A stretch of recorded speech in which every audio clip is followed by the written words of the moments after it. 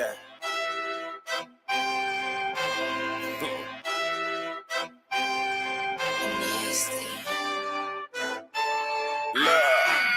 I don't make the law, but I declare you ain't one of them. You ain't fucking with me right now, yeah. You gon' shed some blood on rare. We can take it there, say a prayer. You can see him right now, yeah. I'm from the South, MJG. 8 ball and then raised me. UGK was Sinclair. Then a nigga heard JC. B.I.G. then DMX. LOX and DRE. TIP came after that. That's how a nigga learned the alphabet. 3 stacks in my Levi. Ice cream kept us 3 high. Get the fight and get a Scarface. Got 3-6, do you need mine? Lead bones on East 9-9. J colder than me, huh? Juvenile BG's now. Badass smoking weeds now. It's legendary, very rare, but down here it's customary. We talk shit, yeah, big shit. You know why? It's cause I'm caring. You saying that shit to my back, you probably catch one to the face. Yeah, this being the grown, find your own. The South got something to say. South got something to say, that's all I got to say. Me and my niggas be on it from night to the morning. No, I don't condone it, but I'm a component. I'm like a subonus without the baloney, but I can control it. The Trinity hold it, who rolling the dice? I'm rolling them twice. Who holding my vice? Give me some ice and pull me up twice. We finna take flight, we dabbing up cry. I've been on the road, I'm dabbing up nice. Moving the pendulum, pussy is venomous. She in the hole, she more like a synonym. She trying to go, she just like a friend in them. Chocolate and yellow, I love them like Eminem. Make them go crazy like Eminem. Chloe, Kylie, dividends. Caitlyn feeling like Mini-Me, but not like I owe them some. Your older cousin is known for fucking my phone and buzzing. I know your hubby love my song. I'm so uncomfortable. Think I'm the shit. I know I'm something. You don't like a stomach. I'm all on the tummy. She can't find a bonnet. I can't find a comment. I'm gone like a comet. Leave her like a promise. You know what? Fuck this shit. South got something to say, that's all I got to say. Nice, they don't deserve this shit. Like this, on their seats, like damn. From there, it was a wrap. I'm back with the back of the strap. That was a cap. I'ma relapse. The chopper go foul, foul, foul. If I see you move, then I'ma come back. I follow my tracks, then I go lie on my facts.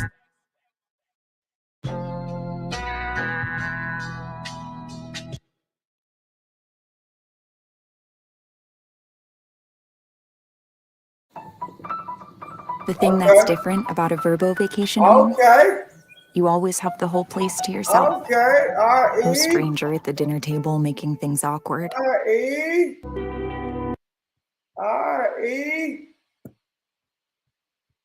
What up, R.E.? Hey, R.E., hit the link. Hit the link real quick, R.E. Hit the link, family. Hit the link, R.E. Come and talk to you. Come talk to you, little brother.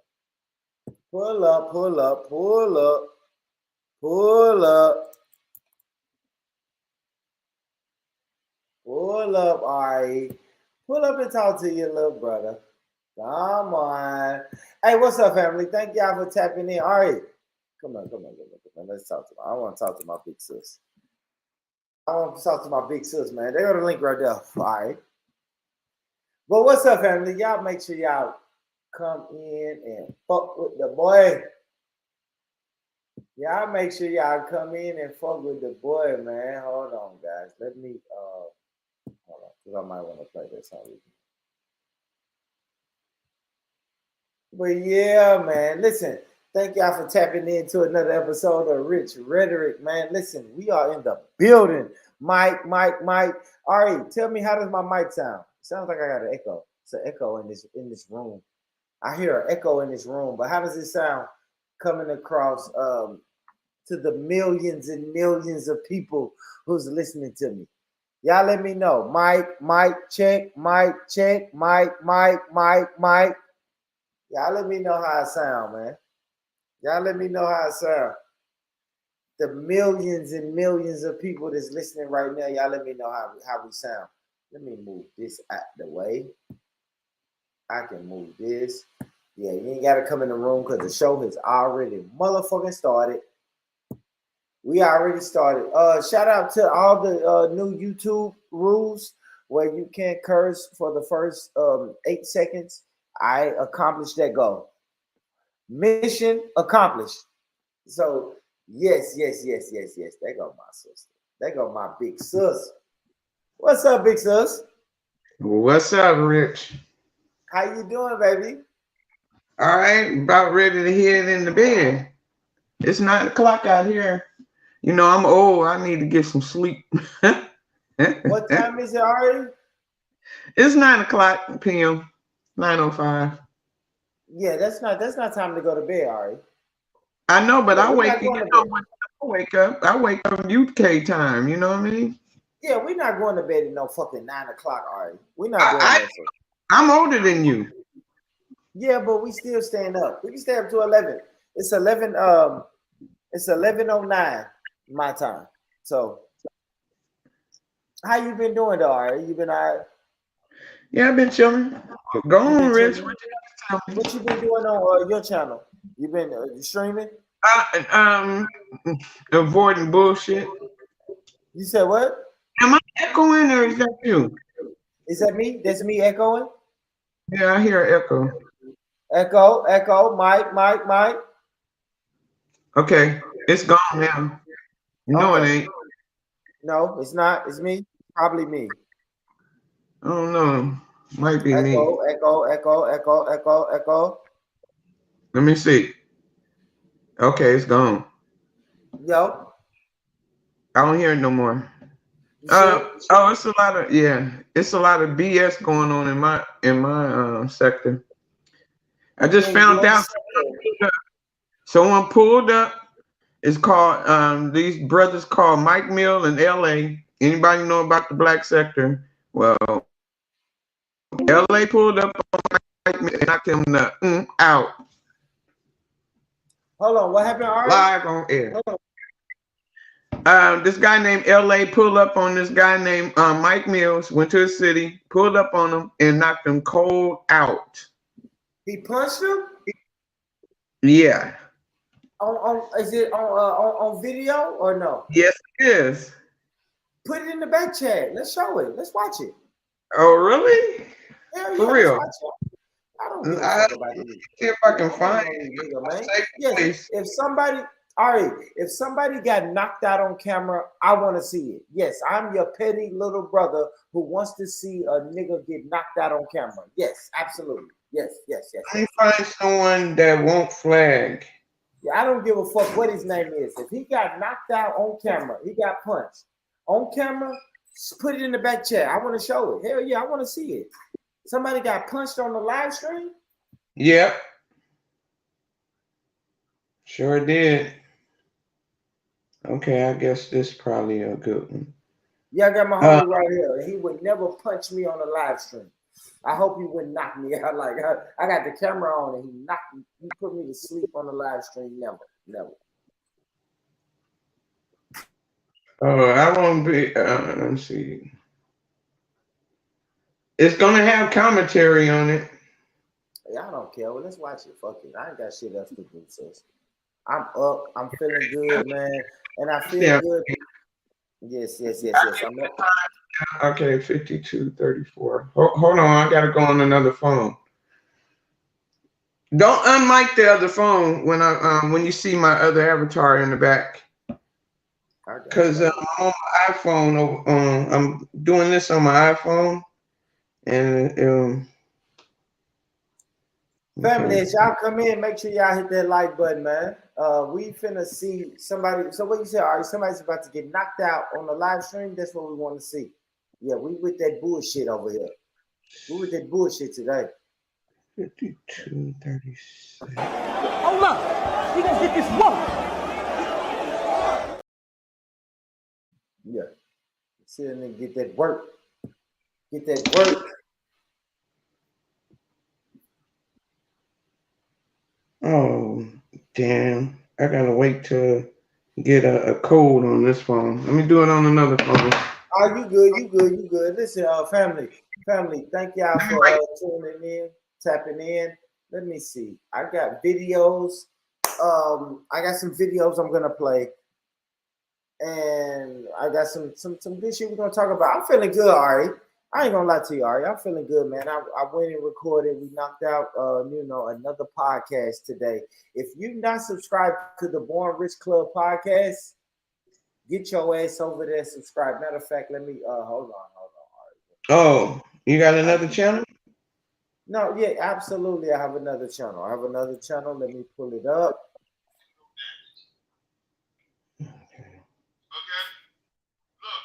Hold on, let me make it. Yeah, hold on. Let me pull this up.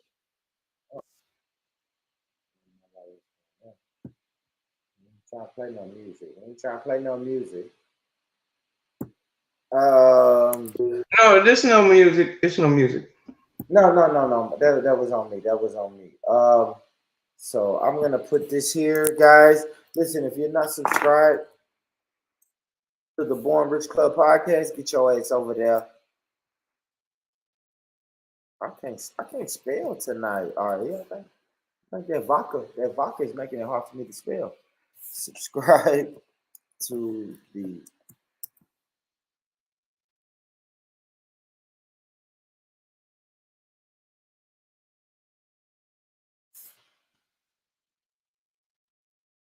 All right, here we go. There we go.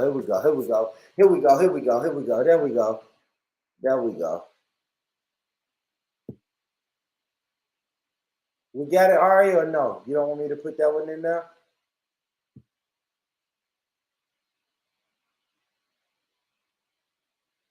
So yes, man, if you're not subscribed to the podcast channel, get your ass over there and subscribe to the podcast channel, man. We out here, we outside. All right, let me see what Ari talking about. Ari got this link right here. Let's see. Go to timestamp. The timestamp is 52:36 because in the beginning it got music. I got you. Go to 52:36. Oh, it makes me sign in. It wants me to sign in to confirm my age. What is this? It's age restricted. Okay, all right.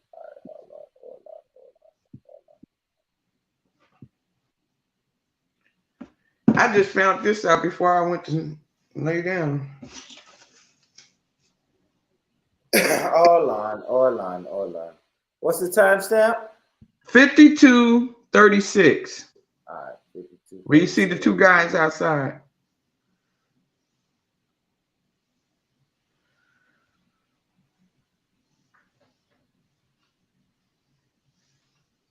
And this is my boy Vic Damone's channel. He don't flag, so you know.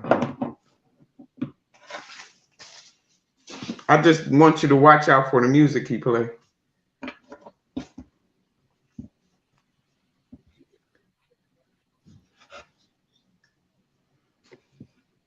All right. So, all right, you there? Yeah. Do you see the screen? I'm about to share the screen, Ari. Yeah, he hella cool.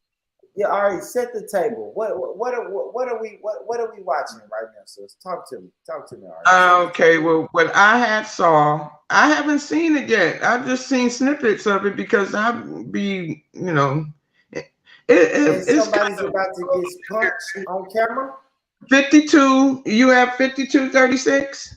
Absolutely, I'm at 52. Okay, now it's gonna be the guys outside. Somebody gonna pull up, walk up on this guy. They're gonna box for a minute, and then the other dude gonna get knocked out. He's gonna try. He might get a couple of licks in. What I saw. All right, let's get it. Fuck it. Let's watch this. Trust me, Big Mouth will let you know what's happening. Fight the shit out that nigga. Okay.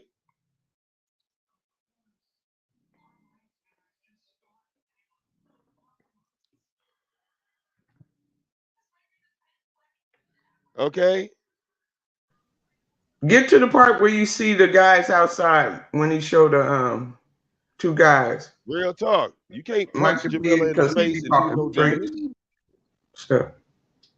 Okay. Look. Oh yeah, we got to get into all this. You know what's fucked up? Damn. You said he stood up and fell back down. Okay. Where is Jamila? Jamila, you see what happened to your man. Why you look, you should be looking for Elder. Now, Jamila, you should be the first one mad at this. It shouldn't even be Mike Mills. It should be you. Because I know if you was there, okay.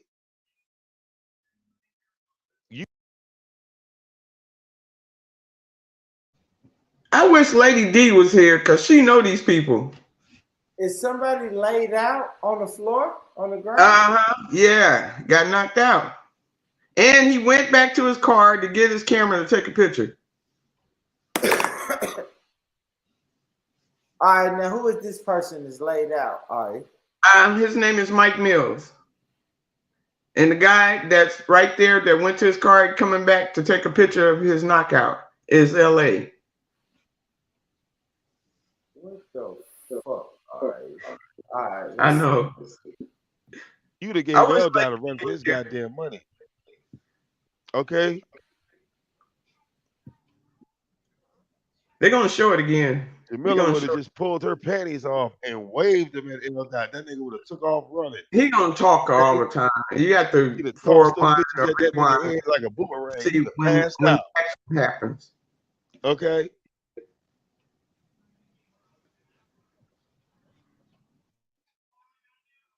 Woke up, this bitch tossing his salad and shit. He wouldn't know what to fucking do. And who is this talking? Okay. That's Big Damone. You need support. Big Damone, yeah. You need support. You need support.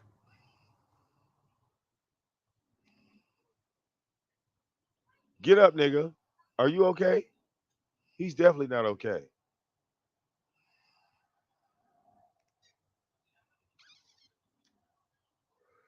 He's definitely not okay. All right, do you know the guy that's laid on the street? Okay. I know. Is that nigga still outside? He might be still laid out there. Did he they content creators on YouTube. Okay. I think we forward. Oh no. Hold on. Let me pause it. So all right, this guy that's laid on the street right here. He's a YouTuber. Yeah, all three of them content creators. Vic Damone, LA, and the one laying down, Mike Mills. So Mike Mills pulled up on somebody else and got knocked out? No, LA pulled up on Mike Mills. They supposed to have a meetup, right? Yeah. So they all bragging online and stuff. So here's the meetup. I think we forward-winded after the fight. You probably have to rewind it. They all been on YouTube for years. Mike Mills and LA been going back and forth, beefing for years. There you go. Okay. Hey, General, are you subscribed to the Born Rich Club podcast channel? Make sure you get your ass over there and subscribe, man. General, shout out to you. So this guy that's laid out on the street is a YouTube content creator. He both of them to another content creator and got knocked out. Yeah.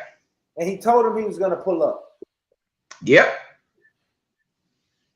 What state is this? Like, I'm not trying to even snitch, but what state is this? Like, we got weapons. I don't know. I just found this out when I woke up. With his gun, Ari? Like, no, he got guns. Rewind into the fight so you can see, because we both. I missed the fight. You said we missed the fight. Rewind it and see where you can. Yeah. This after the knockout. Okay.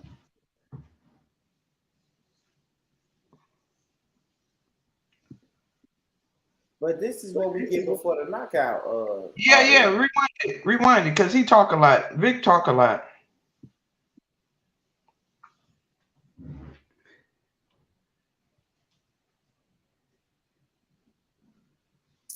Man, my shit moving super slow. Oh yeah, okay. Yeah, I wish you would have got me a timestamp, Ari. I didn't know. I just found out. I don't watch videos. I don't know if he showed it. Yeah, he showed it all through this. There you go. Keep rewinding. Keep rewinding. Oh, you forward winding. I know. I went the wrong way.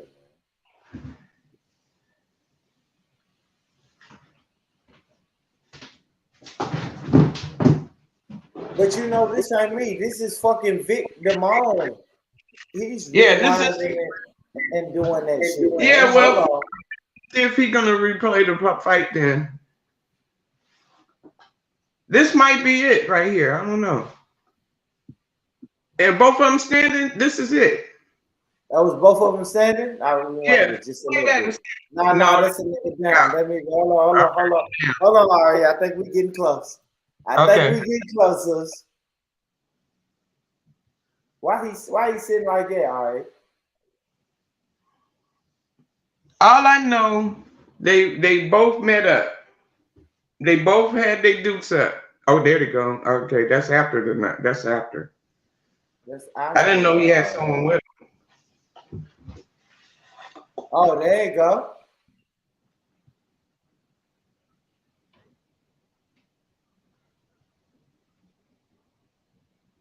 Hold on, guys. We getting there. Make sure y'all hit that like button. This is the black. What you call this, Ari? The black sector. This the black sector. This the dark. That was after the knockout, and he went to his car to get his camera. He taking a picture of his knockout. That's the fucking black sector, man. Ari. This is the beef sector. This is the dark beef sector. This is not the black sector. Yeah. And that's why you gotta have guns, man. Man, this is why you gotta have guns, man. Hold on, guys.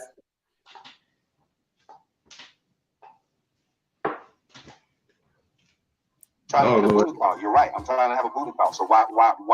So either you cool, either you want to come and be a part of this booty call, because that's why you stand on the line, or you don't. I just told you it's a booty call. I mean, first, the only reason you would still be on this phone now is because you want to do it now. You said you wanted to know, and I just told you that's what it was. Now, only reason you would still be on the phone, son, the only reason you would be on the phone. I don't know why he's playing. I don't know why Vic's playing Tommy. What I wanted. You said it. Okay, now you're just not gonna. You're gonna give me the booty call or not? If you're gonna give it to me or not? Now I don't know what you're talking about. Now I'm straight up said, told you it's a booty call. There it is. See, do y'all see this? Now the nigga asked a question. I told him now you want to talk about something else. This nigga just really want to talk to me. This is crazy. Who the fuck want to talk to another grown man this bad? Who the fuck wants to talk to another grown man this bad? This is scary. This is scary. So there you have it, folks.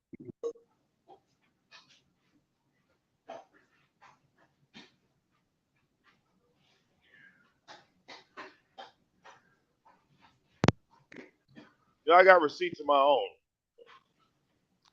So I wanted to play that just so we understand who we talk about here. Oh, the phone lines open. Ain't nobody calling in. Phone lines closed, motherfucker. Here we go. Now, from the booty call to your booty tooted up in the air. Now, God damn it. Come on, Vic. Ladies and gentlemen, this is L. Dot.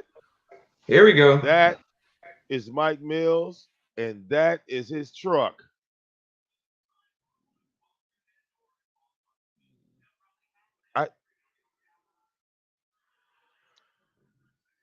This picture right here is worth 1,000 words.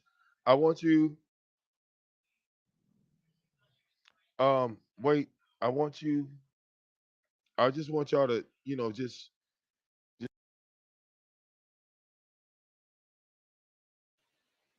All right, he knocked him out allegedly.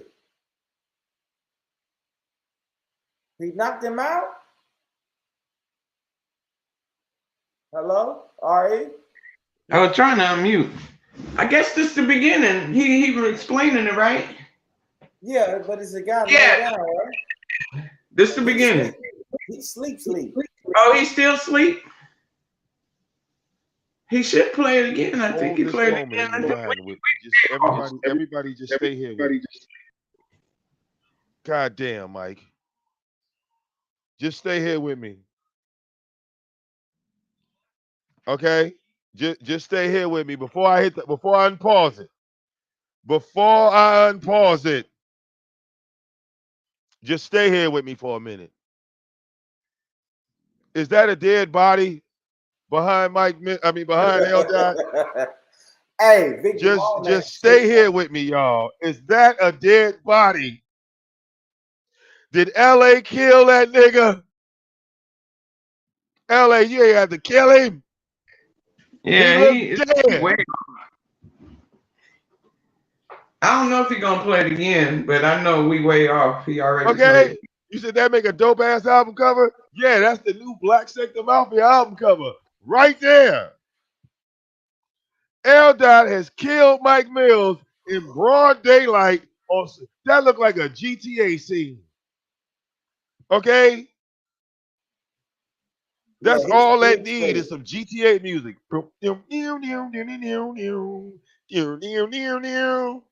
Like LA just. And take his too. Fuck that bitch.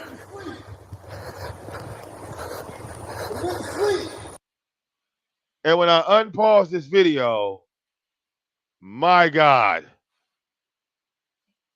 Hat, babe. Get your hat. And take his too. Fuck that bitch.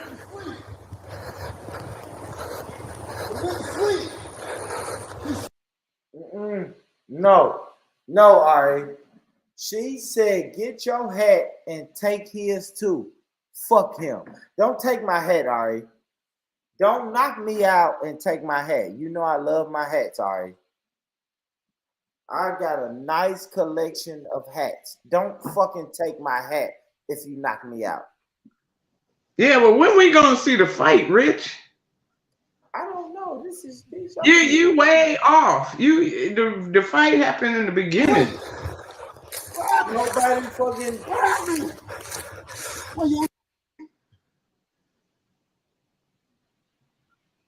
Yeah.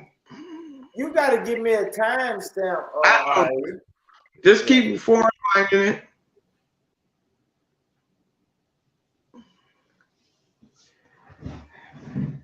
Yeah, you gotta give me a timestamp. You all right? Still knocked out. Find it. Cause we ain't There. gonna see no Rewind it some more. Rewind it. Some more. Some more. Rewind some more. See if he's gonna start with the fight.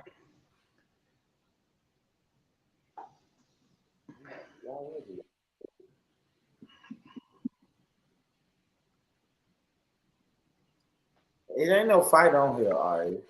Yeah, rewind it. Knocked out, man. Rewind it. I'm rewinding it to the beginning. I see. Okay. He must have showed the fight. He must have showed the knockout first. He must have showed the knockout first. So I don't know what. Let me look over here and see when he go see. Let me talk to the people, man. Let me mute. Let me know what's going on. All right? These niggas is getting knocked out, man. These niggas getting knocked out on live streams, man. I wouldn't dare. You niggas wouldn't dare knock me out on a live stream. Ain't no way in hell. Ain't no way in hell, man. Ain't no way. Yeah, we rock with too many weapons for me to ever let a nigga knock me out on live stream. Ever. If you do knock me out on a live stream, cool, you got me. But I promise, man, I don't know where you're gonna live at after that. I don't know where you're gonna sleep. I don't know, shit is gonna get treacherous for you if you ever knock me out on a live stream. I can't go for that. I couldn't dare. I wouldn't dare, and I couldn't dare. I can't go for that. No, sir. No, sir. Ain't no way in hell you'll knock me out on my live stream. Come on, man. Niggas will shoot the shit out of you, boy. For real. Too many. And let me say this. I'm not even a tough guy. Listen, hold on, Ari. Let me say this. I'm not even a tough guy. My homies wouldn't let you knock me out. If my homies saw me get knocked out on a live stream, I can't tell my homeboys to chill. For real. It's not even me. It's out of my hands now. If you put me to sleep on a live stream, my homeboys I can't tell my homeboys I can't tell my homeboys to spare you. Period. But go ahead, sis. What you say, Ari? Go to 2:15:23. He gonna play it again. 2:15:23. Hey, Chef. What up, Chef? Oh, salute. Can I You just say sound I agree Wake with your Born punk Rich, man. ass up, Sheffer. Wake your punk ass up, man. I Wake am up. awake. I gotta go to work, motherfuckers. Yeah, man. But yeah, I agree with you, Born Rich, man. Like, if a man tried to do something to try to knock out one of my homies or try to injure them in some way, you might not even know that that's my homie. I might just be in close proximity. I saw what was going on. I ran over. I might try and sort it out first, or try and separate them first, or try and do something to calm it down. But the moment that's not working, I'm gonna punch someone first and ask questions later. I'm gonna knock you out. Here you go, Ari. right. Ari, you ready? Hold on, Ari. Let me share my screen. My bad, Chef. I didn't know I was sharing my screen. Ari got us fucking with this messy shit. I like this messy shit. These niggas is fighting on the YouTube. This is a pull up, Schiffer. This is what happened when niggas really pull up on YouTube. Let me rewind it. I'm rewinding a little bit. All right, so you telling me this is what happens on YouTube when niggas get to talking that shit on the live. Hey, Rich. Rich came from my window. That's why I love Tennessee. Tennessee, man, we got guns, man. I swear to God. I'm not sure. I'm not doing the fair one. Not on no YouTube shit. If you pull up to my house on some YouTube shit, I'm not shooting you the fair one. I'm not. Not if you pull up to my house. Yeah, I didn't, and then I got chewed out for not doing nothing. This is crazy, sis. Look at it. Hold on. Let me expand my screen. Fuck it.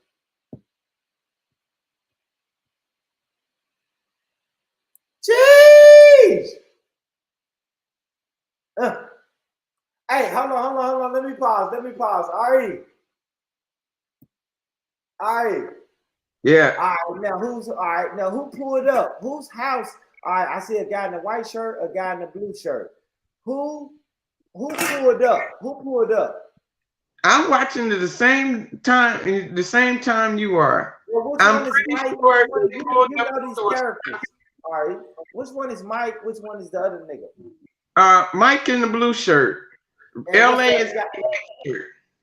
Hold on, I'm sorry. Mike is in the blue shirt. Who's in the white shirt? LA. Yeah. And Mike pulled up to LA's territory. No, they met up together. They had a spot they were supposed to go to, I'm thinking. I know these brothers been beefing for years. So if they met up with each other or if they said they're going to meet somewhere, it seemed like they said they was going to meet somewhere. Just keep playing. All right, man. I'm a betting man. I am a betting man. Schiffer, you as a betting man, who you putting your money on? The guy in the white shirt or the guy in the blue shirt, Schiffer? Who you got? They both faggots, man. You're gonna go fight a guy from YouTube, really. But I don't know, bro. I don't know, man. No, this is crazy, bro. These niggas really pulled up, Schiffer. They really pulled up fighting over YouTube. Yeah, they're like a bunch of bitches. Like you fighting over some cat fight shit. Like that don't make no sense, bro.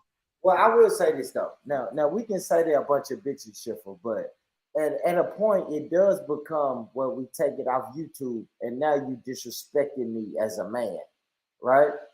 So I wouldn't say they bitches because I know certain people will pull up, right, over some internet shit, right? And it's not over internet, it's what you said on the internet, Schiffer. You see what I'm saying?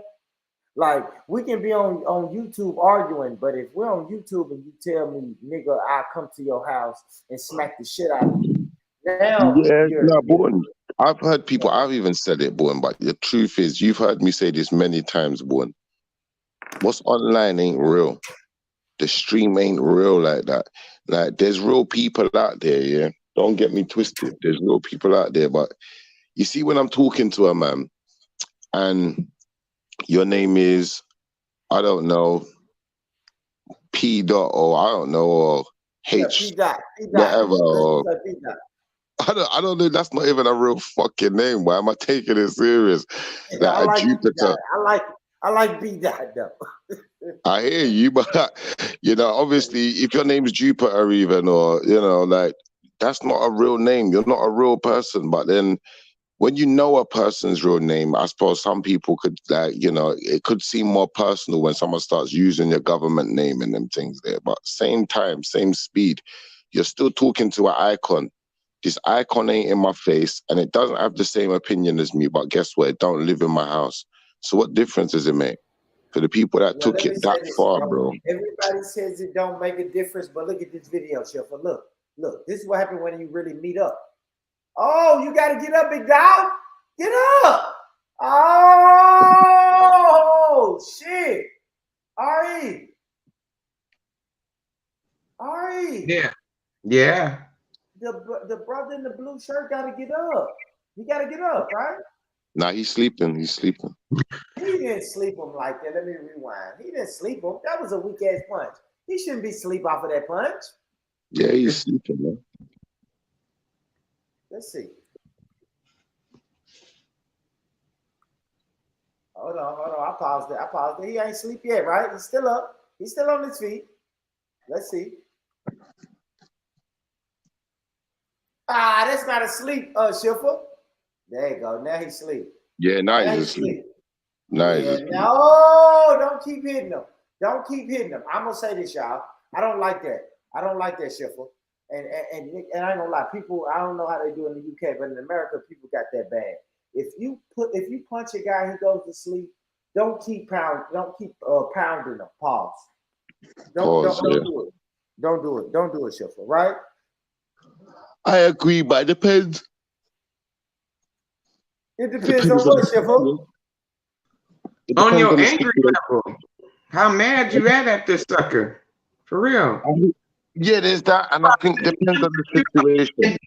Is what I told you not to do. That kind of whooping. Yeah, but that does get a bit feminine. Yeah, it does get a bit feminine, but I think, like, same time though, depending on the situation. Say, like, if I've turned up now, like, and someone else has turned up and they, we want to fight now. We want to fight now. We got into a little hands, you know. And during us throwing hands, I realized that you got a knife in your hand. Like, I might stomp you out, cause I'm not saying a knife. No, it's no knife, Shiffer. I'm saying, listen, if me and you turn up for a fight, I throw a punch, I miss. You throw a punch and you knock me out, and now I fall on the ground. You should never keep punching me, bro. I'm sleeping, especially if I'm unconscious. You shouldn't, because that could be classed as assault. Now, that could be like, you could be on some serious criminal charges for that as well. Attempted murder. Ain't no assault. That's attempted murder, bro. If you knock me unconscious and then continue to punch me, that's attempted murder, bro. I can't fight back. I can't defend myself. I can't do anything, Shiffer. I'm asleep. Yeah, it could be. I agree to some extent. I wouldn't go as far as murder. I'd say it's a more serious assault, depending on how far you go. No! Ari, let me show you where it's uncalled for, sis. Look, hold on. Look, you got him? Look, now he's down. Bam, bam. That's uncalled for. Am I tripping? No, I can see you. He probably just talking mess to him. But he's still punching him. He's gonna walk to his car and get his camera. Yeah, but he's doing more than just talking to him. Now this, all right, let me show you the one that I really think. I ain't gonna lie, that's cool. That right there to me it's uncalled for, but that's acceptable. Let me tell you what's not acceptable. All right, look, watch this. Look, all right, now he's done. He's done, right? Right? I pause it right here. Shiffer, the guy on the ground is done, right? Shiffer? I don't know, man. Keep it playing so I can see if he moves still. Shiffer, what? He might move again, man. He might be on the floor running his mouth. You keep so calling. you want to punch a nigga out until he's not moving anymore? Is that what you're saying? We don't know what he's gonna do, Rich. Schiffer, what are you saying? No. What I'm saying is, yeah, this is what I'm gonna say, yeah. In a way, I kind of agree with you, but in a way, I don't. Because let me show you something, brother. You live in America, yeah. Now this man's on the floor. No. Take it off of America. Take it off of America. Yeah, I live in England, yeah. A man's lying on the floor. No. I want you to listen, Schiffer. I want to pause. I want to arrive in your world. In England. Right. Fuck America. So a man's lying on the floor. Listen, a man's lying on the floor after I just knocked him out. And I just drove to your ends or whatever this guy's just done now, yeah? Now, after I just put you, after I've tried to put you to sleep and you're lying on the floor, if I realize you're still talking, you're still running your mouth, like, there's two ways this could go. You could have a secret concealed weapon that you're ready to use and stab me in the back or shoot me in the back. You know, you could have your phone in your pocket, ready to phone out your homeboys to you know, come running around the corner to save you. You could have many things going on here. So it's like, for me to just walk away after I beat you up now, I don't know, bro. Depends on if you're running your mouth still. If you're not running your mouth still, then maybe you allow it, innit? If the guy's still running his mouth. I ain't gonna lie. If I knock a nigga out and put him to sleep, I'm walking away, bro. I'm just being 100. I'm walking away because you can't harm me. You can't harm me. I'm walking away. Yeah, I'm walking away, man. I hear you still. I'm walking away, man. It does kind of make sense still. It does kind of make sense. But I don't want to keep punching you. If I punch you and you go to sleep. If I hit you right, we call it the what? One hit a quitter, right? A one-hitter quitter is that's what it is, Schiffer. Now, if it takes me a couple punches to knock you out, once I realize you knocked out, I'm not gonna keep punching you, bro. That's me. I got a heart. I got a soul. I can't do it. That's a soulless person. Yeah, but you know, some people play possum though, born as well, like, because that didn't look like it was that great a punch. It's like I went out on Saturday. One of my homeboys, it was his girlfriend's birthday, so they done a little party for her. There's no security in there, you know, like that, because it's a birthday party. There's a little bar in there and that, but there's no security in there. So it's like, all right, some guy gets out of hand. He wants to fight with another guy, but in his wanting to fight the other dude, he starts throwing stuff around, like he starts spraying stuff at people and well, not at people, at the dude, but it's getting other people and stuff. It turns a bit mad for a minute because it's like, now you started spraying people, you're spraying like females and other people as well at the same time, like. And I've tried to stop you in it already. Like I said, I would always try and separate people first until then calm themselves down. Yeah. The guy and his brethren, they didn't want to calm down. The two white boys, quite big actually. One of them was quite big. So the biggest one, he started throwing punches with another dude, another black dude, and they like throwing punches. In between the throwing punches, you spray something. Now, I've tried to separate you now, and then one of your homies comes over. One of the white boys' homies comes over. He's quite big as well. So, all right, we've already separated your homie from the other homie who he's trying to spray stuff on, and you know, got other people as well. So it's like everyone's onto it now. Spraying, Schiffer. Like they got like CS gas and stuff. They got, you know, some people will throw acid and do fuckeries like that. So if anything hits you like that, people get pissed in it. So people are pissed at the white boy because he started spraying stuff or whatever he's done now. So I'm saying get him out of there. But his homie is like, he's come to try and get involved in it, like, and he starts swinging now, like on one of the other dudes. Not even on me, but I've told you go. I've told you move, separate yourself, get outside. And like, you go that way, they go that way. He didn't listen. He starts throwing punches because he wants to jump in and help his homie in it. The moment he throws his punches, he throws some windmill punch, and it's like, I got quick hands, born rich. His punch was like in mid motion, and just I just punched him in his face. I didn't even like.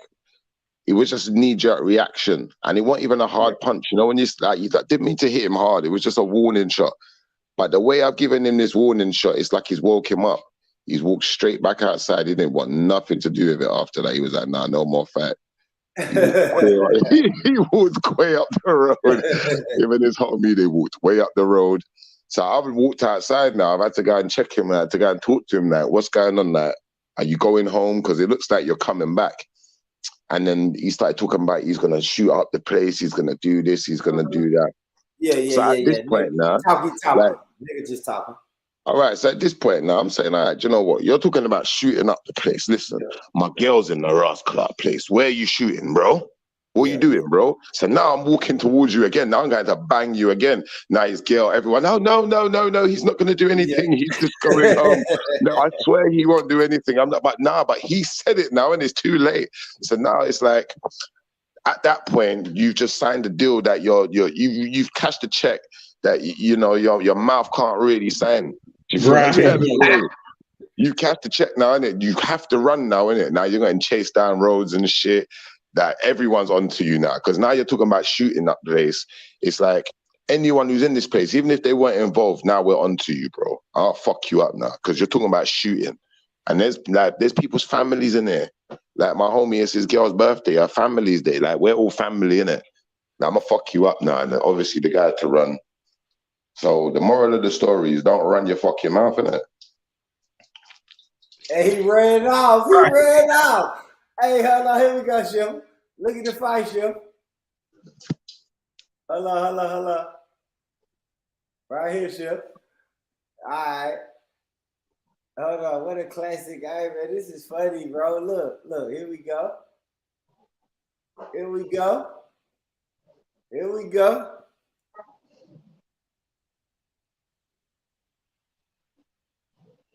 Oh, I like that stance. You walk a nigga down, right? You put your arms up, get your arms up, guard your head, you walk a nigga down. The guy in the blue, he trying to walk him down. Right? Yeah, that's not gonna work though, man. You gotta really, if you're gonna go into a fight, you really gotta have them hands. Or you at least gotta have like some kind of technique that you got good at using to take someone out. You know, you got some guys, they're good at fighting on the floor. I got a homie like that where he's like a UFC kind of, you know, like that. He likes to fight like that. Oh, hold on. Look, Chip. The guy in the white threw the jab. Watch the jab. I see it. Jab, Chip. Quick jab. Right there. All right. What you got? Oh.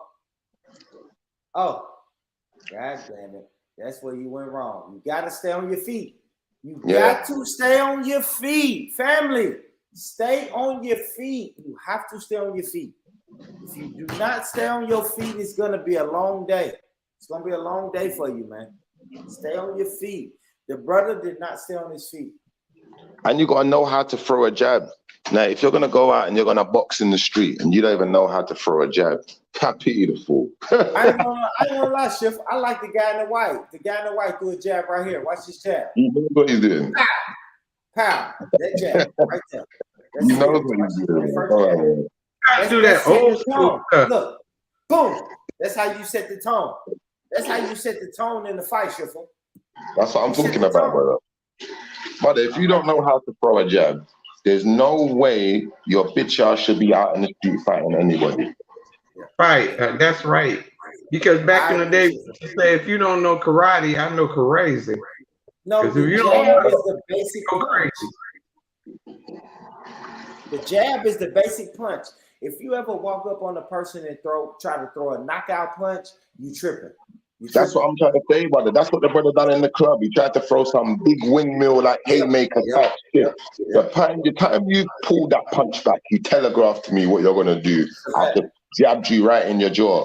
And that jab, listen, you see when I do my jabs, I'm like Lennox Lewis with the jab. I step in with the jab. I don't stand back and do no flick jabs. I don't do no flicking jabs. I step into that and bust your chin open for you. That's what you're supposed to do. Pause. But obviously, once you've hit a man with a jab like that, that's good enough. You don't need to haymaker a man. If you haymakered him, that's when you end up knocking a guy out and now someone dropped and, you know, they got some brain damage or something was wrong with them. Because remember, boxers, they wear gloves for a reason, you know. Man, listen, man, when a fight is popping off, you cannot walk up and just throw a haymaker. right? You can't do Because that. everybody is on edge. Everybody's on edge. So a haymaker is like a punch that people don't see coming. Pause. Right? So if you just walk up in your first punch in a fight is a haymaker, I see that coming from a mile away. I know you want to knock me out, but if you just hit me with a jab, pause. You know what I mean? Just boom. It's like, oh shit, okay, now we fight. You know what I'm saying? Like, now we fight. Like, and the jab lets me know that you can fight. See, the jab lets me know, okay, now it's gonna be a real fight. You can't just run up and throw a haymaker because I'll duck that. I'll duck that. But all right, let me play some more of this. This shit crazy. You'd be surprised though, Born Rich, how many motherfuckers really can't fight. They don't know how to throw a jab. I agree, Schiffer. I've seen it. I've seen it in real time, Schiffer.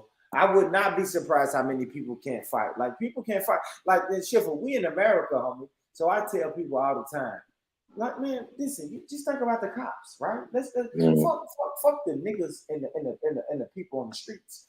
The cops, they ain't shit without that gun and that badge. That's what I'm saying. So that's the same thing with guys in the streets too, Schiffer. It's guys in the streets who they're only tough. The only reason they make shit happen in the streets because they have a weapon. They go to jail. They go to jail and then they get beat up. They can't But this fight. is the thing, Born Rich. A lot of people, nowadays, you get these guys, you see them on Instagram, and they look humongous. They look massive. They got big muscles and all of that. They probably are doing steroids. And then the thing is, people look at that and they think that equals he can fight. No, that don't mean shit. But Born Rich, if you see the guy who I punched in his face, if you saw this guy, you'd think this guy's an animal. You'd look at me and look at him and think he gonna like do me some damage today. And I think that's what happens. People get scared because they saw a bit of size. But when they saw me box him in his face and they saw his face turn red, now they realize, you know what? You see these knuckles? If I knuckle up on you, brother, these knuckles hurt, brother. It's not a joke. It's not a joke, brother. I don't matter how big you are. If I punch you in your throat, you ain't breathing. What are you doing? Like, and this is the problem. This is the problem. People get scared of little things when I'm saying a little thing, they get scared of size. Really, it's not a little thing to some people, but you can't be scared of a person's size. You have to be scared of their ability. No, I agree. Like, I ain't fighting Floyd Mayweather. The guy got by the time I tried to jab him, he jabbed me 7 times, and my nostrils is stinging now, like it's bleeding and shit. I ain't got time for that, bro. Yeah, Floyd Mayweather beat up the guy in London yesterday.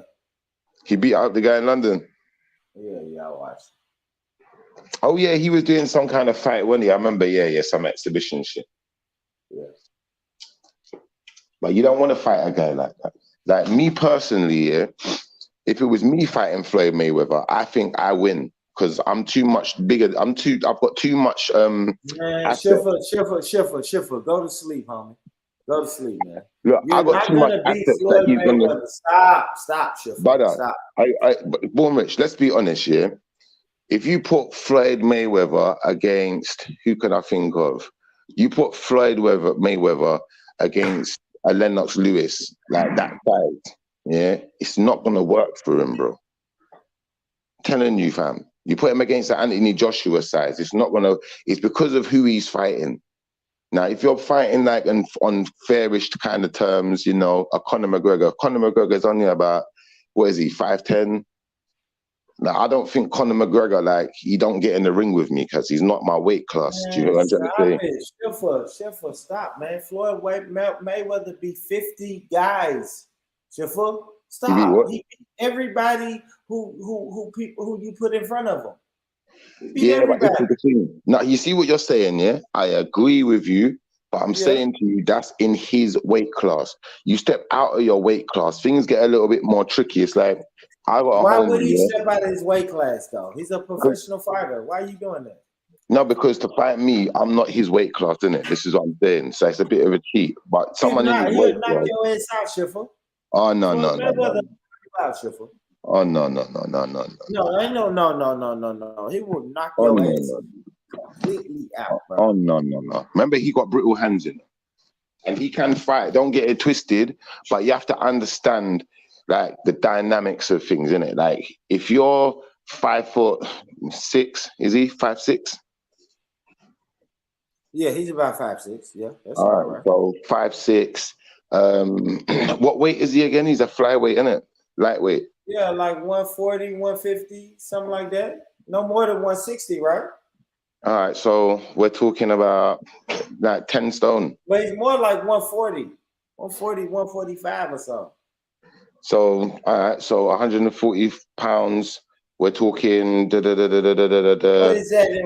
What is that? Where y'all from? Divide that by 2. That's like 70 kilos. So we're talking about 10 stone, maybe. That's maximum 11 stone. Yeah, how many stones are you? Pause. How many am I? I'm like, right now, I'm probably you a bit lighter heavier. than you lighter than Mayweather. Now, do you know what? I'm quite heavy in comparison to what I'm usually about 13, but I'm a bit over that right now. I'd say probably maybe I'm about 14 then.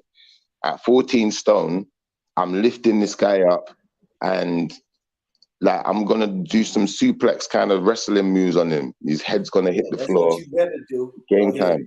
It's game time. But the thing is, he's gonna be strong in it, so you might not even be able to hold him like that. So you're right, but at the same time, it's gonna be difficult for him because I got the reach. So when you're running in with all the punches and all of that stuff, like I'm a guy, I can take a punch, I can take a hit.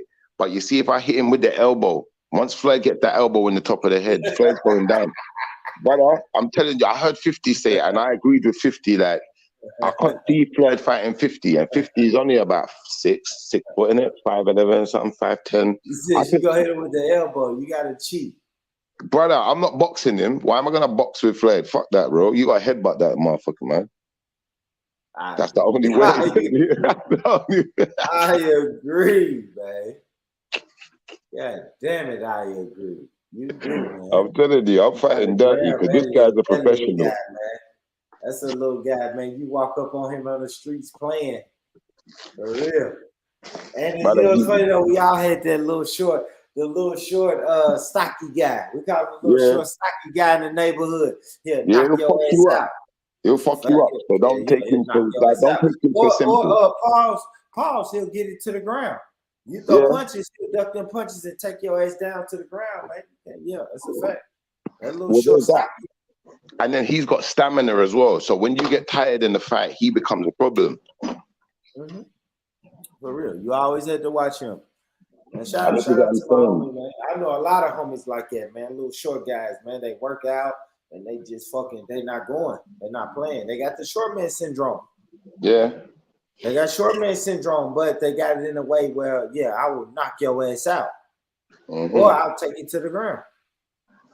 100%. And then the thing is now, I got an uncle, He is like kind of Floyd Mayweather height, a little bit taller than Floyd, to be fair, but he's not Floyd Mayweather size. He's like middleweight kind of weight, So he's about even though he's not the same height as me, he's still kind of my size. It's going to be difficult for me to lift him up because it'll be like lifting myself. He's going to be able to match me for, strength and weight. In fact, if this guy hits you, you're not going to like it. Like any boxer, like once they're over a certain amount of weight, when they're hitting you, bro, they're breaking something. So you have to be careful. Yeah. And it's funny though, Shiva, now that I say that, like that was my father's, like my father and them was like that. My father and them had a little height on them, but for the most part, my father and my uncles, they were short guys. Yeah. But if they're not super short, but they just wasn't like, they were just average size guys. They would punch the shit out of you, man. But this is the thing, Born. You see what I notice here? Like I see certain guys here and they are ripped. They got all these big muscles looking like Dwayne Johnson from wrestling. But you see, but when I've got into altercations with guys like that, 9 times out of 10, I beat them up, I don't know why. But it's the guy who don't look ripped like that, but he's just got the strength. You'll see him in the gym. His chest ain't the biggest, but when he's lifted, he can lift everything that other guy lifts.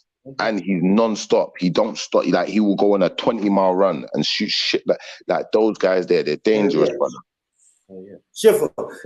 Look, I'm from the country, man. We call that country strong, right? Yeah. That's what we say in America. That's country strong. Oh, you call that scrum? We call It's that some white scrum. boys, man. Listen, man. It's some white boys, man, who will jack your head. Shiver. Hey, Shiver.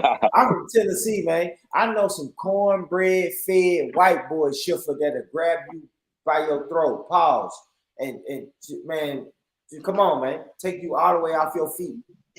That's 100. Take you off your feet, man. And I'm telling you, man, I play sports with them. We play football with these big white boys, man.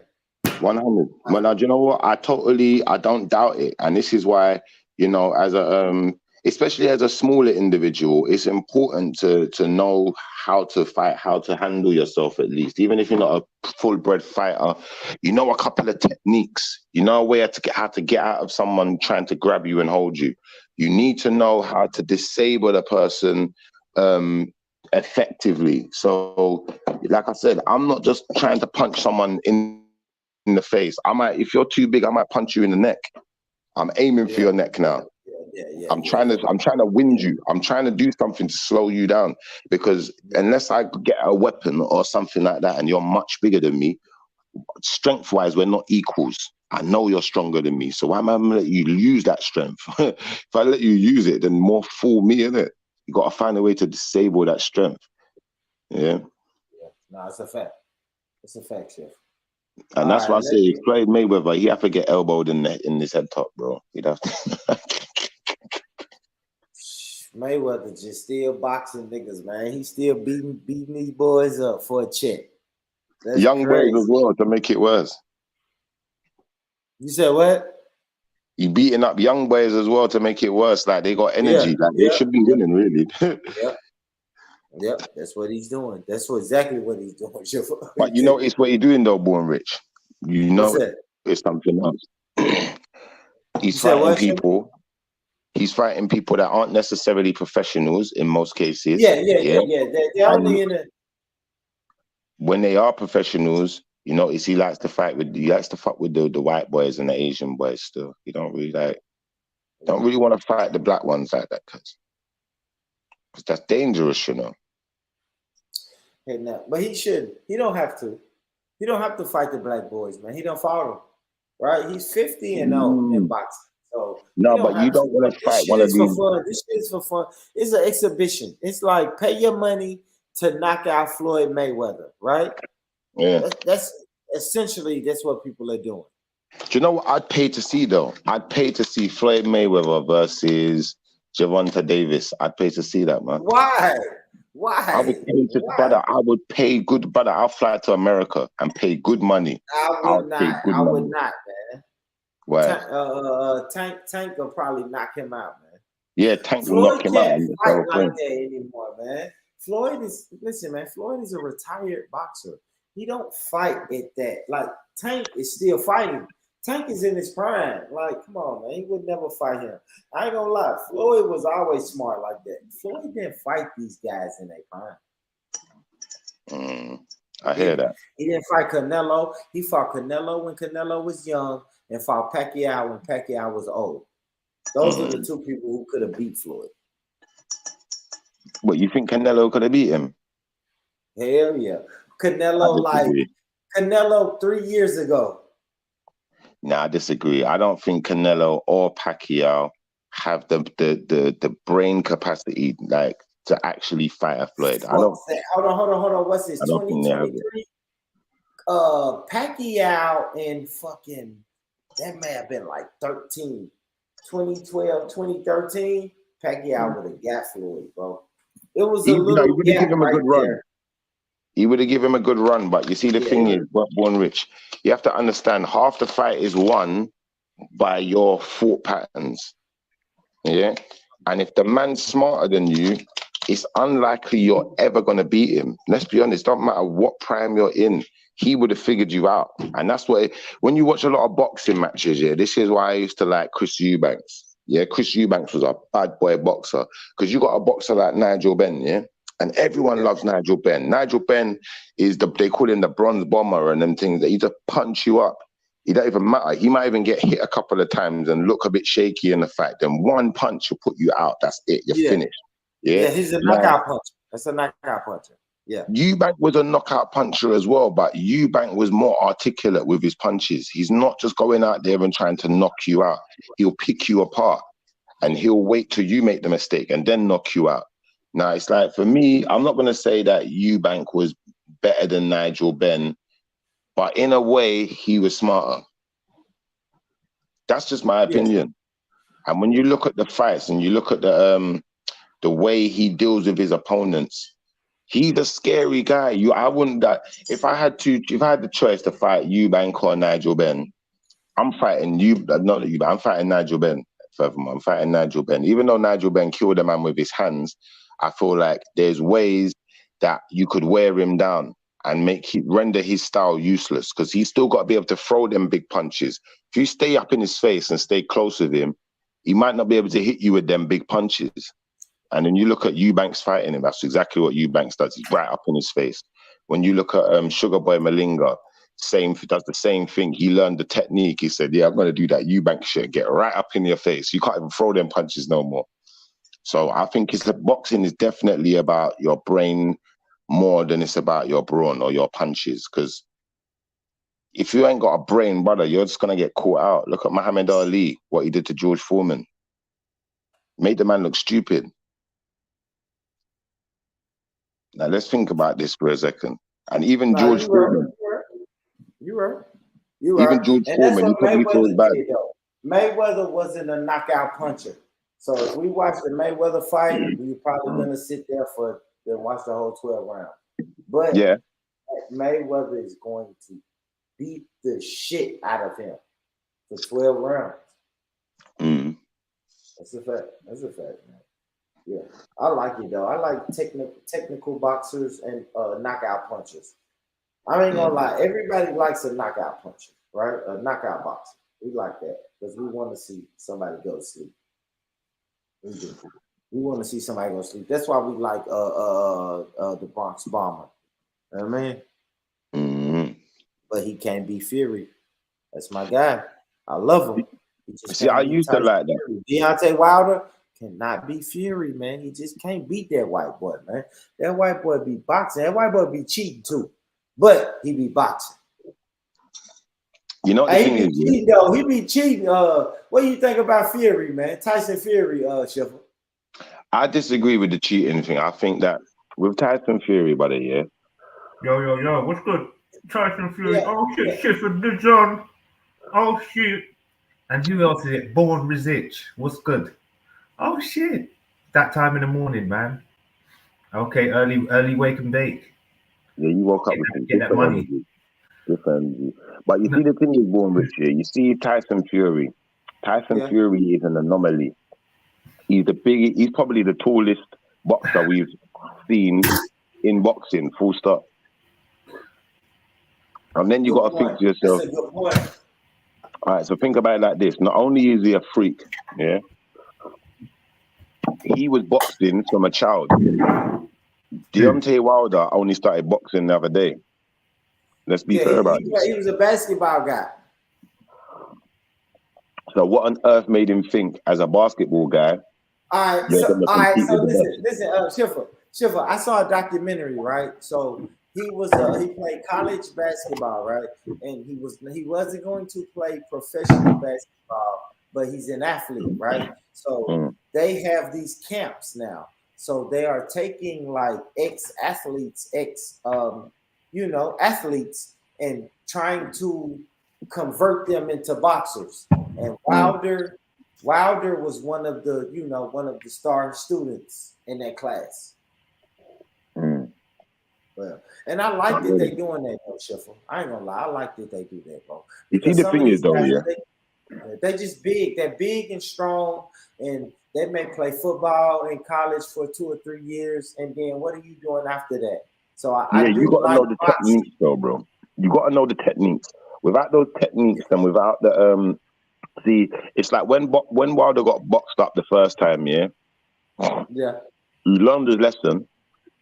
He went away and he tried to learn more technique and tried to come back stronger with more heart. Yeah. Chipper. Yo, newsflash, let me burst a bubble. do you believe that that guy, okay, if it's as strong as a punch he's got, right, is really up there with all, like, out of all the whole black race? We've got Deontay Wilder, right, who's got a brain that's I would say is okay, but it's not anywhere near, like, he's not a boxer. He's nowhere near Mayweather. Right, he's got nowhere near the sort of tactician's brain that I can see that Mayweather. He's one dimensional. No, I half agree with you, but then there's a part of me that don't agree with you, because the part of me that don't agree with you is going to say, if a man, let's say, for instance, for Kingo, let's say you started learning to play the guitar tomorrow, yeah? And then I put you in a competition against a man who's been playing the guitar since he was 5 years old. Who do you think's going to win? Yeah. Okay, I see what you're saying, but if I'm saying TBE, he's nowhere near. He's. I mean, it's a disrespect to say Tyson Fury, bruv, can beat the greatest prospect that Black Nation has got currently. Are you crazy, brother? Listen, that's a fix. That's literally like a complete psychological operation, a psyop one. That is, they got some. When you say the greatest prospect the black people have got right now, who is that? Who is the greatest prospect? Who are we talking about? The greatest prospect. I mean, look, I'm saying for his weight. Right, I mean, for the best. Y'all guy, what's y'all guy name? Dylan White. No, he ain't the greatest prospect. No. Stand that one. Listen, you see the greatest prospect right now, yeah? I'm going to tell you, in my opinion, yeah? I've said it many times. This is one thing that me and the brother Mag, we don't usually get on when you hear us talking, but one thing we do agree on, yeah, is my boy Joe Joyce. You see Joe Joyce? There you go. That's the guy. He is the guy because Joe Joyce. And the reason I say Joe Joyce here is because you see Tyson Fury, he's not just tall, you know, he's quite heavy set. What's the name? What's the name of you saying? Joe Joyce. I don't know this. Let me look and let me pull him up. Let me Google. Pause. Joe Joyce is a big boy. He's a big boy. He's not, brother. It's like, you know, when you got a son and you know this one, he's the big boy. You call it big man, big boy. Big boy, yeah. Don't play with big boy, because you see big boy today, cause he's gonna hurt you. Yeah, he's the one. Wilder can hurt you. Don't get me wrong. Where you from? Where's Joe Joyce from? He's from the UK. British Manchester, professional boxer. Or Birmingham side. Yeah, something up north. But you see this Joe Joyce guy being rich here. You see how Tyson Fury, when you look at him, he's naturally big. He naturally got that belly. He had to lose the belly. He had to lose some of the fat because he's naturally heavy set. Yeah. Now, Joe Joyce is the black version, or you could call him mixed, but I'm just going to call him black because I just identify a King Gold as a black man. But Joe Joyce, he is the heavy set version of what what Wilder's trying to be, innit? He's the heavy set version of a heavyweight boxer. If this guy hits you, brother, it's going to hurt you. Man. It's a goddamn Mexican, man. Nah, he's not Mexican. He's black, man. He's black. He's black. Where you from?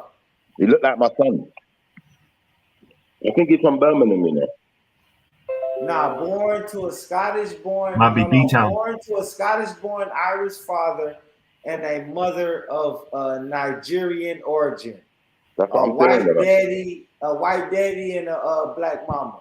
A Scottish daddy and a Nigerian mama. Hey, man, y'all be wilding in the UK, man. Brother, listen, you know what? This is what, but Born Rich, listen, this is why it works. Because you got a black mama, this is why he's going to have more affinity to the black side. He's eating black food, eating pounded yams, eating all that good stuff, brother. And what's going to happen is, you put him in the ring with Tyson Fury, yeah, and he's going to hurt the guy. When he hits him, it's going to hurt now. When you look at Tyson Fury fighting most boxers, even Deontay Wilder, you don't see them ever looking really hurt. It's only when they're fighting each other, you know, it's okay. The big guys can hurt each other. But this guy here, he ain't just going to hurt them. He's going to wound. He's going to hit you with one punch. You're going to say, you don't want to fight him no more. Now you got to keep back. The moment you can get Tyson Fury walking back, brother, that's when he's in problem. And this guy can do it. But listen, my brother, I'm saying, look, I'm King Gold looking ass nigga, man. He look like a King Gold. He the same color as a King Gold, man. No, he's he's my color actually. Yeah, say so. Kingo, you keep trying to act like you're not black, but we know you're black, really, man. They don't accept you in the white community. Caramel, golden. Yeah. No, but Kingo, they don't accept you in the white community, so you ain't got a choice. You black like us. You just another nigga. I'd say he's a bit lighter than me. Especially in America. In But America, that's a strong mix. you black. That Anglo-Saxon mix is strong. Nah, you black, man. Well, It's Nigeria, man. Nigeria. The cops will shoot you just like they'll shoot me, Kingo. Do you know what though, Born Rich? Yeah. Born Rich, you see what's happening right now with all of this stuff like boxing and all of the things that's in the public eye, even down to, the only one is UFC, where you can get like just normal people can still get through. But with all of this boxing stuff, like it's a lot of it's fake. There's a lot of guys out here, there's a lot of these Nigerian guys, West Indian guys, whatever, and they are dangerous, but they're not getting the breaks, they're not getting the opportunity. My brother, listen. Like, this is a serious question. If you're in, like, for me personally, I think it's your attitude, your mind frame, and your heart when it comes to fighting, yeah? Like how much you built up and experience. But it's like, in terms of what sort of energy, spiritual energy would you as a Hebrew Israelite, a Christian, call upon if you went into a position where you was a boxer, or is that something that's even kosher for you? Can you guys even do that? No, it's not kosher. It's not kosher. And is that what you refer to it as? Yeah, because or is that you? I refer to it as not cool, but because you said the word kosher, okay, but it's not referring to the Jewish doctrine, though. If you're talking about the Jewish doctrine, you notice that you don't tell me a Jewish boxer you've heard of. Tell me one. An Orthodox Jewish boxer. Bring one up. Yeah, they don't have any Jewish boxers. They don't have no Orthodox Jewish boxers. This is what I'm trying to say. Only real Jew boxers is Cassius Clay, Mike Tyson, Evander Holyfield. Yeah, you could do it like that. You could drop it like that. Yeah, but look, if the man's saying turn it up a cheek, Kingo, listen, we're not doing this. We're not doing ish, right? We don't do ish. We're doing these. I'm naming you brothers from the tribe of Judah, right? If we're going to say what a Jew is nothing but a person from the tribe of Judah, from Judah, a descendant of Judah. So when we talk about boxing, the descendants of Judah has always ran boxing. All right, Shemites. Always. Shemites, yeah. So Shemites. Yeah, Shemite. All right. Another word, AKA. Okay, guys, wanted to see what labels that you would apply yourself to, because that's a couple still. Yeah, Jew is my label, Kingo. Jew. You're Jewish, yeah? Yeah, I'm a Jew. I'm the original Jew. All right, there you go. Let's see what I'm saying. I come directly. Listen to me, Kingo. I come to Kingo. Listen. I'm an empath. I can see what you're saying. You don't have to speak. Kingo, you have to relax. Kingo, relax. As Zulu, as you can ask Shifra, you can ask God of Jacob, you can ask Chemo, you can ask any Israelite that you know. I am originally I am a direct descendant of Judah. Yeah, and was Yeshua, did he come with a sword? Did he bust heads, or was he just turning another cheek? Pause. I'm not being disrespectful. I'm saying God rest his soul, but I'm just saying, did he? Was that his? When was the last time you saw that? Hold on, Kingo. I'm being serious. Listen to this question. When was the last time you saw Prince Harry out in the street fighting with someone, busting heads? When was the last time you saw that happen? No, but listen, Prince Harry commands. He's a head of Air Force. He was one of the main officers. All right. Well, he's just a prince. When you're talking about a king being out there in the street busting heads, let me show you something. When he went into the temple and started kicking over tables and dashed everyone at the temple, he didn't need to bust heads. Do you understand? All he needed to do is exert his authority. He's on a whole nother level. The mindset is a different mindset. When he talks, his words move people. They didn't need to go and fight no one like that. If you okay, so was he a peasant or was he Proxus Maximus? Was he the peasant or was he the king, the top of the top? Because I thought he was the king, obviously. I thought he was walking with the peasants. No, So that brother. Listen, brother. What he was saying to these peasants, as you like to call them, well, and that's what he was referred to. Not all of them were peasants, because remember the tax collector guy, the guy that was the money lender, yeah, who came down from the tree to go and talk to Jesus because he was so fascinated and gave up his wealth. So that some of them was very wealthy people following this man. Don't get it confused. It wasn't just peasants. Now, once you put that in perspective, hold on. Once you put that in perspective, people are following this man. Yeah. Now, people don't necessarily follow their king, you know. They just acknowledge their king. They're following this one, brother. It's a whole next level of kingship. It's they must have been scared when they see this guy, you know, with his followers. And these people will lay down their life for him, yeah, based on real stuff, based on real. Obviously, because he was a Trinity, and he was he obviously had some sort of energy inside him. And well, when did he say he was a Trinity? Show me Jesus. Well, that's what Jews say. No, show me Jesus. No, don't tell me what people say. Hold on. All right, let me ask you a question. Ask a question. I'm trying to get out somehow. What energy would you require or call upon that requires you to maybe possibly say to defend yourself, against, I don't know, to like call upon. So say for example, like you're in a problem in your battle, or you want an energy that allows you to fight or have some how can I explain it? It's hard to explain with Christianity because there's no type of reference. But obviously, did they reference self-defense? And how do they reference self-defense? I mean, is there anything you can directly go to in terms of verses? But I mean, if not, then don't worry about it. Yeah, there is actually. Okay. I mean, if you do know, that'd be sick. If I remember rightly, I believe it's in Psalms. You know, I don't remember the exact.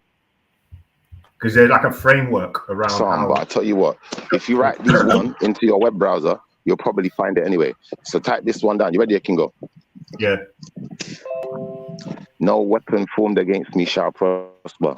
Type that in your search bar and see what you find. The reference framework for self-defense, yeah? Which will explain it. I've just told you, when you're saying self-defense, this is greater than self-defense. I said, no weapon formed against me shall prosper. It's greater than self-defense. It's the ultimate defense. Isaiah 54:17. No weapon formed against you shall prosper. No weapon formed against you shall prosper. Bring it out. And you will refute every tongue that accuses you. That's right. That's right. This you is like that one, isn't it? Lord. And the communication. Hey, read. Hey, Kingo, bring out that scripture, brother. What's Isaiah Deuteronomy 12 and 34.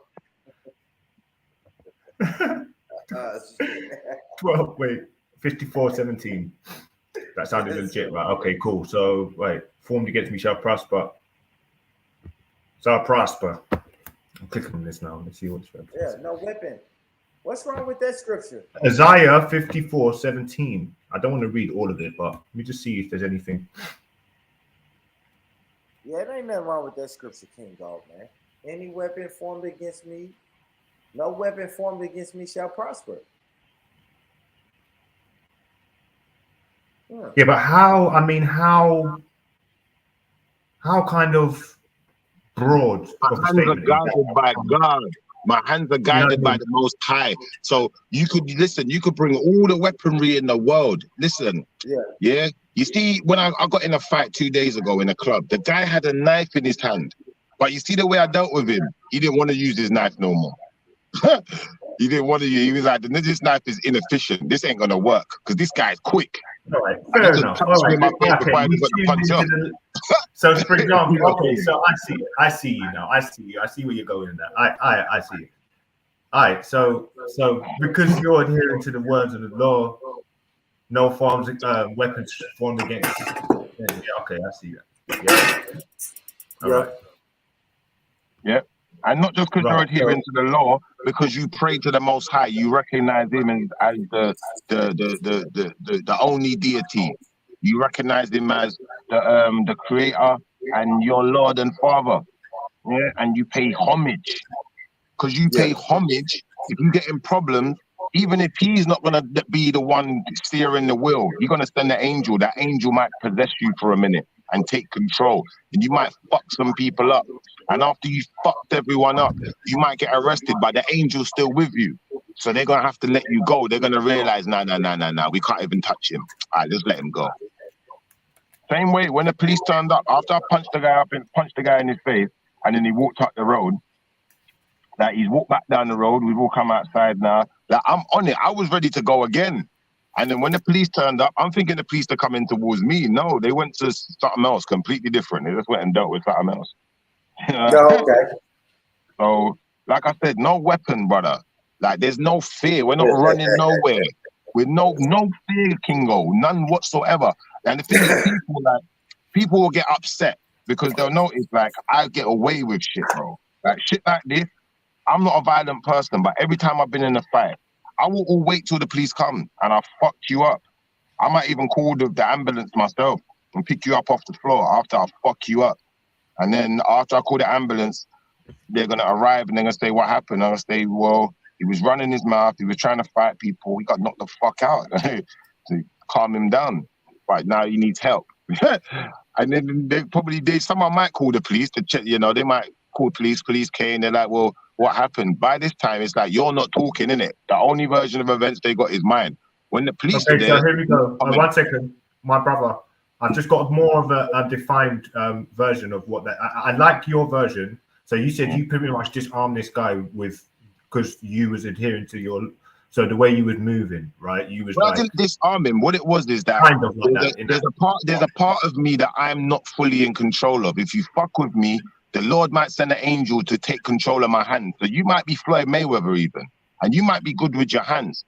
But now the Most High just going to give me some secret tips that I'm not going to punch you up anyway.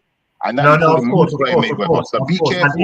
Either way, you don't give me your power. Be careful. I don't take your power. So either way, he's gonna defeat you because more times they say they believe good over evil, and obviously that's right. We'll try. Good over evil. If you're moving in righteousness, then naturally it should. So obviously there's actual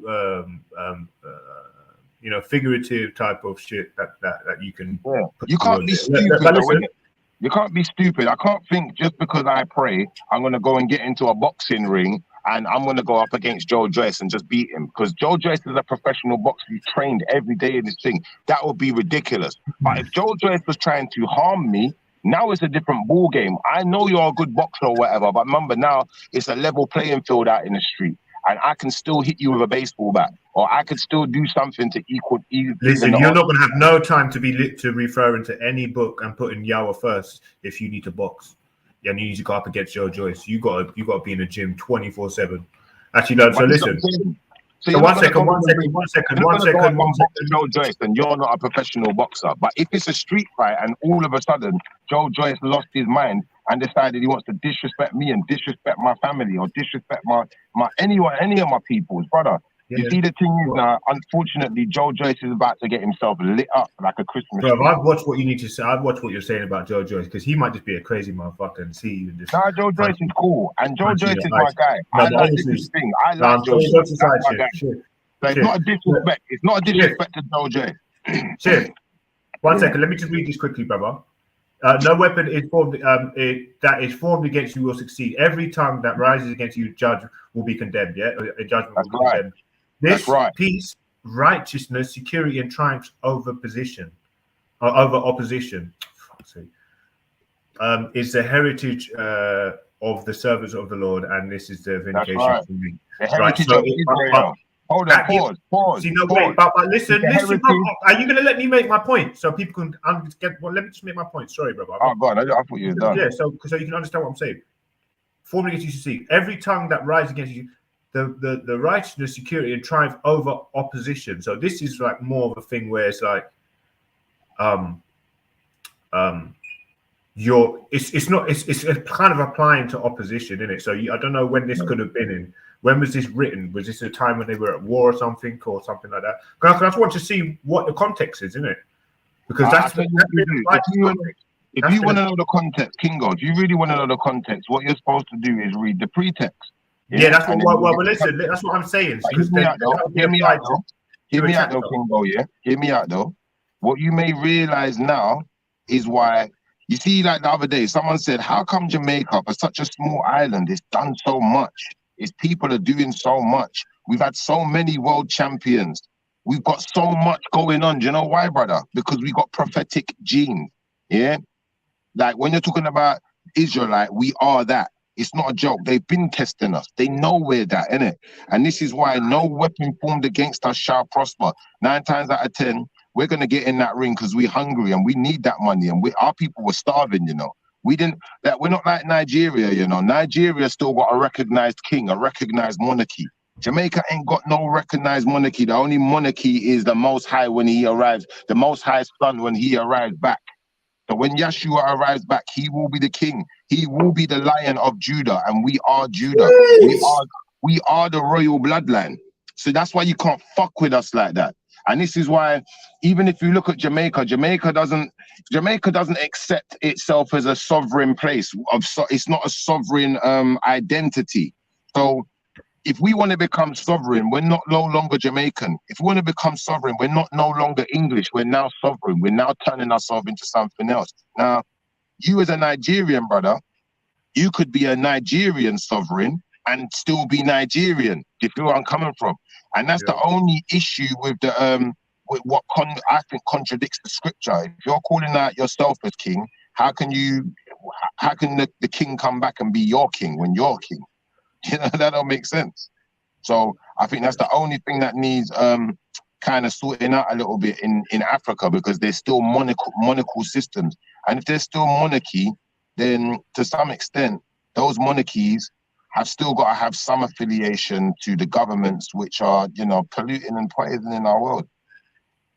And he should know that my name is the Lord. But listen, brother, you know, I honestly, Shiv, I think I think you should try and refer to some more passages within the scripture, my brother, when you're referring to a lot of things that you're talking about. I think it would make it round off your kind of. Oh, that one got you when I was talking about Pulp Fiction.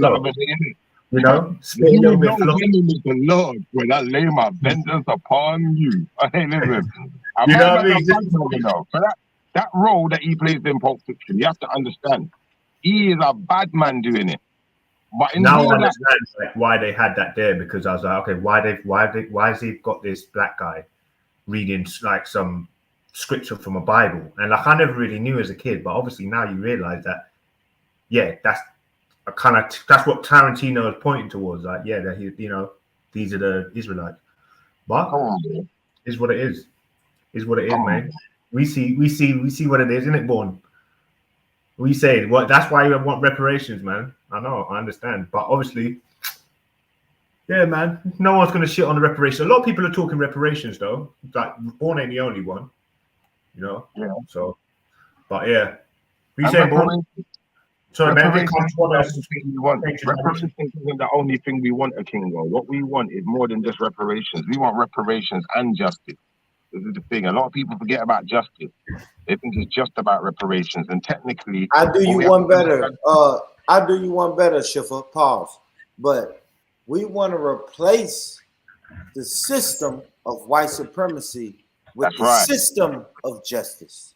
That's right. What we want. So we want only way this can be justice. And not only do we want justice, we want to replace the whole goddamn system, right? This That's system, right. This is a white supremacist system. So let's do away with this system and replace this system with the system of justice. That way, everybody. You can only have justice under God. And God, yeah, the Most High, the Almighty, yeah. If we are His people, then technically you can only have that kind of government under us. That's it. But the scriptures say it. The scriptures say it that the tables is gonna turn. That's what the scriptures say, Kingo. The tables is gonna turn. So we will have justice. Is there a Bible reference that refers to that Bible passage? We will have justice. Or verse? Because listen, man, the Most High can only sit back and watch this shit for so long. It's prophecy. All experiences, seasons, in life, disguises, successful. Yeah, it's prophecy, kid, bro. Prophesied, yeah, by Yeshua or Jesus. I can go to Matthew 20:16. Matthew 20. Well, I'm looking at Romans at the moment. And Now go to Matthew. Go to Matthew. Go to Matthew. Matthew what? Go to Matthew 20:16. You just asked a question. So there you go. I just answered your question. What? Matthew 16, is he? Matthew 20:16, verse 16. I'll read that, Kingo. Let me hear what you got to say about that one. Go on, Bon. I think Bon wants to is gonna. What is it? What is it, Kingo? I thought, well, aren't you looking for it? You just said no. He told you to go to it. He didn't tell me to go to it. He told you to go to it. Yeah, Matthew 20:16, Kingo. Matthew 20. Matthew, that's a very Israelite name, type of name. What's his name? Matthew. My son's name is Matthew still. Okay.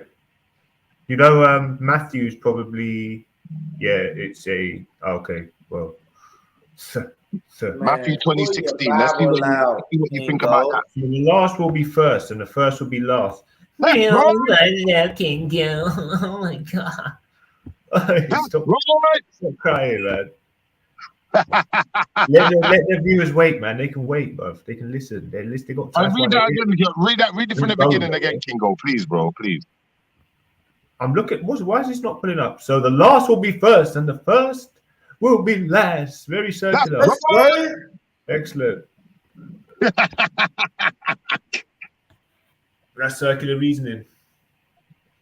Yeah, we got you with that one still. We got you with that one. You get it now, Kingo. The Bible says it. We're not saying it. The Bible says it. But no, it's not. The Bible says it, bro. And the first will be like, what?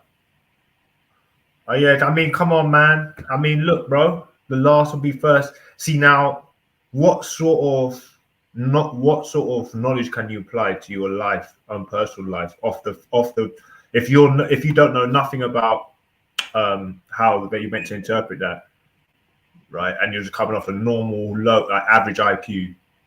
How are you going to see that? So the last will be first, and the first will be last. I mean, you're not going to really get much from that to apply that to your daily life. So I'm not really going to, it's not really important. Wait a second. I'm going to tell you why. What does that mean? What does that mean? Kingo, listen. You see, if you go through the Caribbean and you go through America and you look at the black people in America and throughout the Caribbean, which is also in America, if there is no monarchy system, there's no kings, Now the reason there's no kings, there's no queens, there are kings and queens, but we're all kings and queens. This is the thing. We're all kings and queens. We're all royalty. We come from a royal bloodline. Once you work that one out, then you'll start to understand why it's saying the first will be last and the last will be first. Yeah? Because things are going to reverse. We're going to revert back to who we really are. And we are kings and queens. I agree. We are royalty. And well, listen, if the first would be last, that means that the originals will be last now. Mm-hmm. So I condemn that God. Well, think about it like this. When he said the first will be last, he was right, because we were the first, and we are the first. We're not it's not just a pretense. We still are the first, but the first will be last. We're going to be put to the back of society. We're going to be put to the back of the line, and the last will be first. It's going to reverse back. So wait, the first will be last. Okay, so the first will be the E1B1A, or the first. I don't know how far you want to go back. Yeah, and I don't want to go to Anunnaki because that's some next shit. That's just, you know, that's got Well, shots who is I'm saying, God's chosen people? The first is referring to the chosen if you're people. going to the first, that means it's Africans going to the last. No, And no, the no, no. last It just means God's chosen means people. the last enslaved or the last nations of No, no, people. no, no, no, no. The first in this reference means the chosen people. We are the chosen people. We are first. We Okay, were first. okay. The chosen. All right. So that's after he kills a couple of them, the brothers, and Isaac and what's his name? I think Ishmael got disallowed the opportunity to be, you know, to rule, right? Okay. So what do you mean?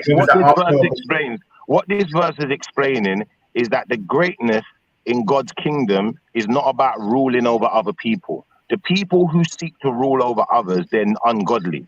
Yeah. Instead, those who would be great you're chosen are people, those who would be listen. Instead, those who would be great would serve others. The great ones of society, the great people of this world are the ones who serve others. Hold on, pause, listen. Guess what? The greatest level of service that you could provide is the level of slavery that we provided. Now what? Well, could you not apply that to the strongest would be forging society, creating safe places, creating a strong genetic pool, so that you can apply that to a lot of different things. Just by saying to apply it to an alpha male as opposed to Kingo, no. This is why people go to the army. They go to the army because they want to serve, because they probably use that text against them because they think it refers to them. They didn't realize it was just talking about us. Yeah?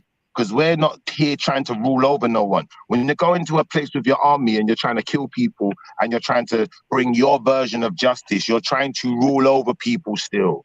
It's demonic. Do you not get it? The Bible's telling you, all of your so-called kings, all of your leaders, your obas, whoever it is, they're all corrupt. All right, listen. You see, one of the main things in your Bible is they're gonna the whole world is gonna be working for us. So does that say that who's serving them? Well, we've been the ones serving. We've been serving. What are you talking about? So you'll no longer be the. So you'll no longer be the. We've even been served in some of your wars. We've even been served in some of the wars. Why are you not answering my question, my brother? I know what you're saying. Cool. No, but I'm saying. Please, I'm just saying. So you're saying that main reference to people, everybody's going to work, the whole world's going to be in slavery to us and work for us. Is that what you're saying about serving? So the quote, what is more of a prominent quote or verse? No, I'm saying about the serving. We've already provided the service. We already went into slavery. Okay, into slavery. It's too late for that. We've done it already. Yes. So we are those people. We're not just talking about it. We've done the service. Okay, so you're talking about prophecy now. You're talking about what you can. Okay, cool. That's what I'm talking about, brother. Yeah. Right, and so you're basically saying is that remember this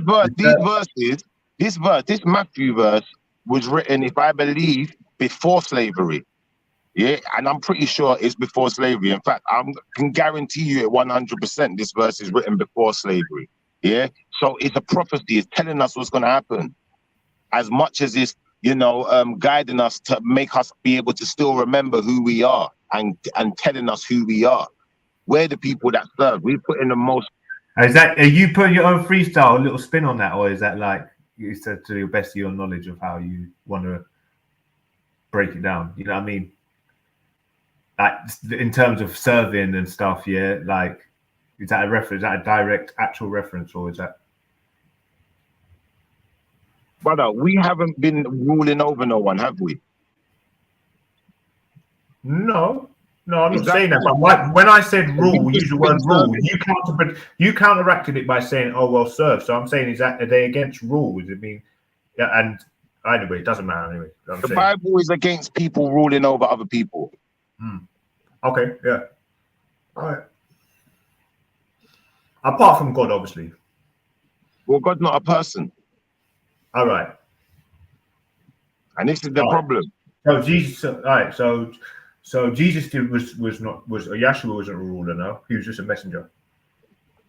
No, Jesus why he was said, the "Don't son look of at me, Jesus was look the at son God." of the Most High. He is the son of the Most High. Not was. Jesus is the son of the Most Well, High. you see that verse that says, "If don't worship me, worship God or something," or "Don't look to me, worship God or look to God" or something like that, or "Don't worship me, look to God." Either one way. Is that part of what? Because I know that's what other Hebrews refer to. Yeah, the ones that believe in Trinity, right? But is that any part of what you believe, right? Say that again. I didn't hear you properly. Oh, fucking hell. Where did I go with that? The Trinity. Do you believe that? Okay, he said no. He said look to when he said look to, don't worship me, look to God. Yeah. Okay. There's a verse, right? And I think that's a verse basically. That's just showing that that's the counteract the fact that he's a Trinity, right? That's to like what's it called? Declaim or prove the claim wrong that he's a Trinity.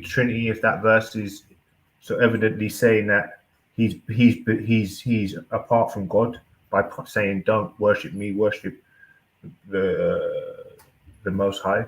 But anyway, Yeah, I don't know if no, Kingo, you're right. He is saying that he's not God. He is literally saying that. Yeah. And also, when you say he is a Trinity, that doesn't really make sense because my brother, it would be like saying one second. It would be almost like 1 second, Kingo. It would be almost like saying LeBron James is the LA Lakers. No, he's one of. This is why I'm losing my part of. And I trust me, I'm good with conversating, brother. I swear. I'm just saying, is that part of your belief system? Is that in your so you don't believe? Wait, so if that okay, so let's not use in your. All right, so you don't believe in I am then? You don't believe that he was saying, because I can remember Zulu's explaining it like, I think he was talking about the scripture as in when people were coming to him and they were trying to treat him as an idol, and I think he was just saying it as in, but I don't know how to explain it, but it was like so yeah, that was a good way to falsify this Trinity thing, right? This concept was them saying, okay, that verse there, and I don't know, I saw that on Speaker's Corner. I think Hamza was the one that showed me that, but yeah, so that kind of like if you do believe in Trinity, boy, there's some big arguments against the Trinity. That's why I thought it was quite a good talking point, and it kind of. It depends on when you say the Trinity. Yeah, it depends on how you depict the Trinity. Depends on the Holy Trinity. Because when people say the Trinity, one second. When people say the Holy Trinity, especially like with certain types of Christians, what they're going to tell you, some of them, is that Jesus is God, yeah, as well as Jesus is Jesus, as well as Jesus is the Holy Spirit, which don't make no sense because you can't be three beings at the same time. That doesn't make sense. Don't get me wrong. You can be a physical being and a spiritual being at the same time, but the two are combined into one. You're still one. They still consist of one being. When the physical dies away, the spiritual's still there. So you're still that being. You're just encased in this physical flesh. Now, if we're going to look at Yahshua, then Yahshua is the same thing. Then he was a spirit encased in flesh, but he wasn't the type of spirit that we are. He was a different level of spirit. He was a different level of, because remember, we've all got to some level of divinity. Then, yeah, if we're spirit first, and there's a level of divinity to us, and we have to understand that divinity. And then, in order to understand Yahshua's divinity, we have to look above that. What makes us divine? We have to look to what makes him divine. Where our spirit wasn't there in the beginning with the Most High, his spirit was, so he knows it all. Like that, so he can be. It's like, when they say someone wants to speak for the people, like a politician, but you don't know the people. You've never been among us. You're not even one of us. You don't even know what you're talking about. You don't know what we go through. Nah, Jesus is that guy. He knows what we go through.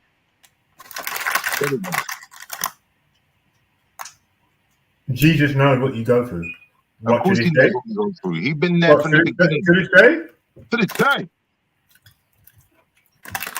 Oh, because obviously he's been through a number of different things, so he can like empathize with a number of different things that have gone on in people's lives. Okay, excellent. You know, if you could, I feel like, do you read the Bible every day then? I pray every day. Okay.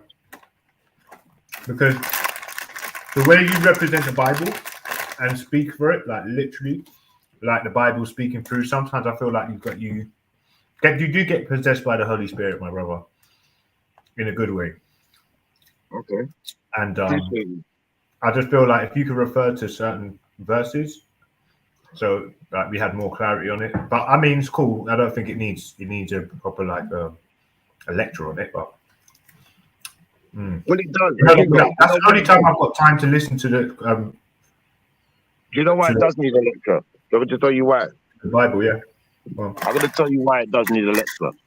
Because if we're not following, if people say they believe in God and God is all powerful, God created this world, and we're devoting ourselves to God, why would you be following any law other than God's law then? What sense does that make?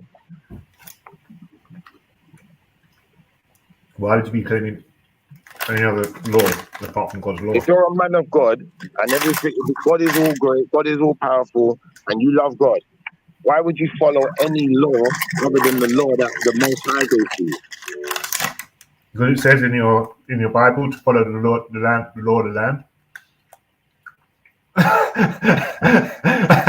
Boy, I'm out anyway. Boy, but it was a good night. It was a good night tonight. So you say the Bible says.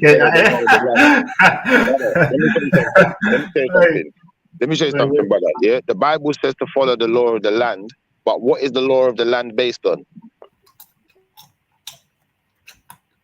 More maritime law, common law.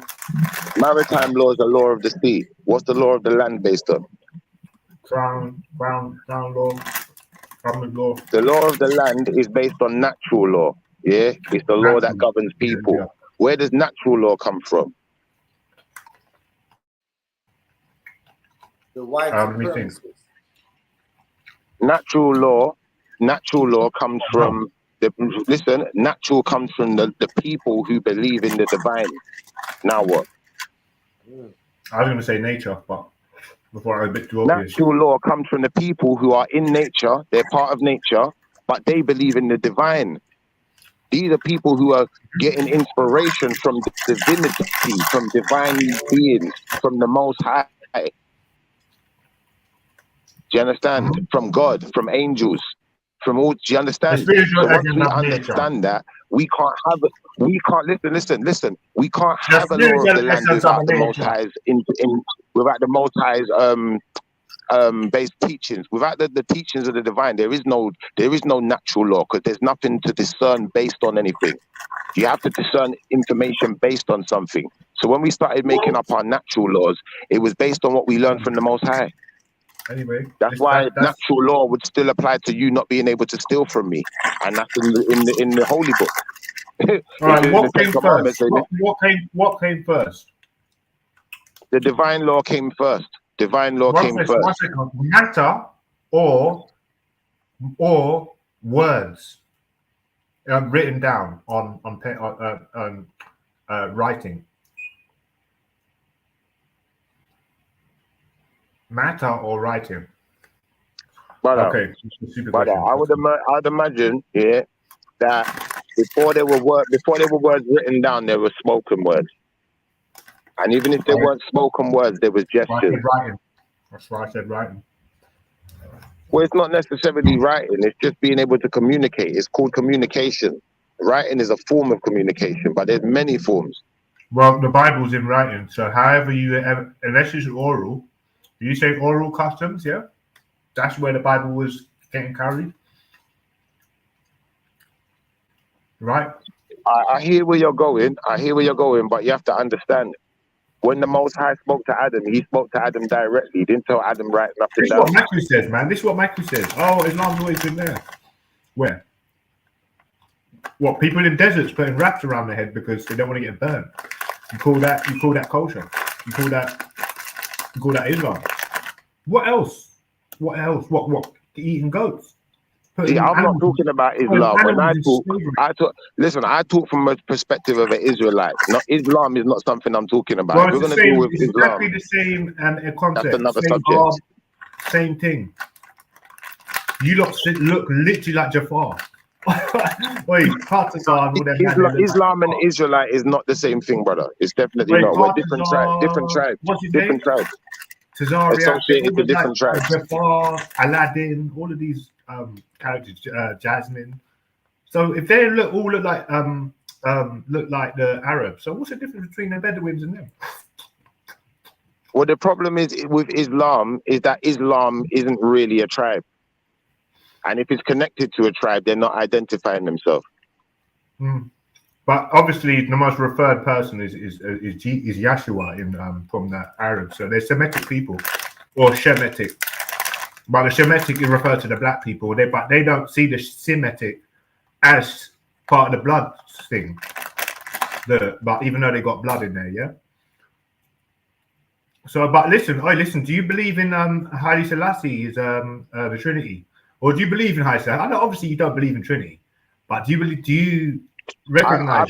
I believe even when you say Shemitic, there are many people who are Shemitic, but there's only certain people that are Israel.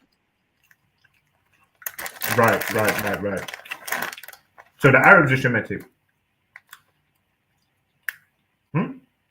Shit. Possibly, there's possibly some Shemitic Arabs. Yeah, like people that broke off, right, or parts of the tribes that are in regions that have been pretty much dominated. So Nigeria is called Nigeria, but there's so many different tribes in it. So yeah, that's what it means. Yeah. Well, I think that there's a lot of Shemitic people in this world. Yeah, more so than there's.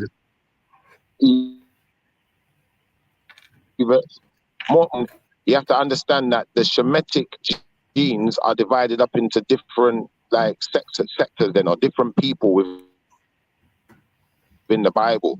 Because like I said to Maku and them, who was it again? Elam. Elam's a son of Shem.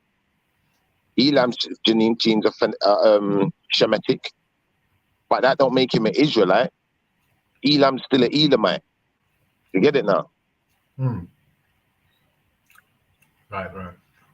Like, what is so where does this Emperor Haile Selassie fall into this line of Israelite? Because the Asians came in and apparently bred with the East Africans and made this line, Solomonic line,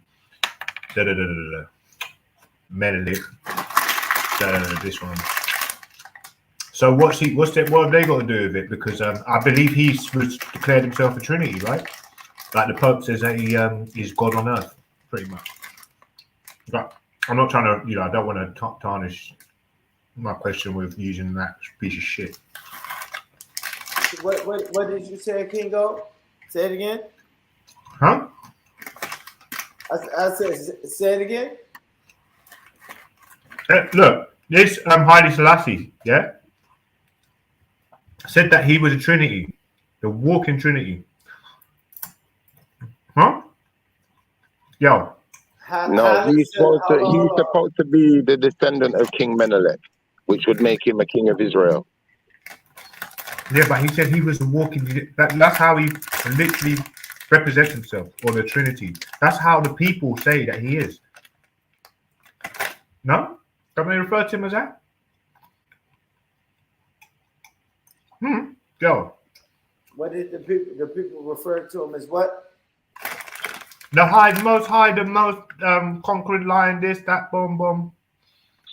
The what? Kingo?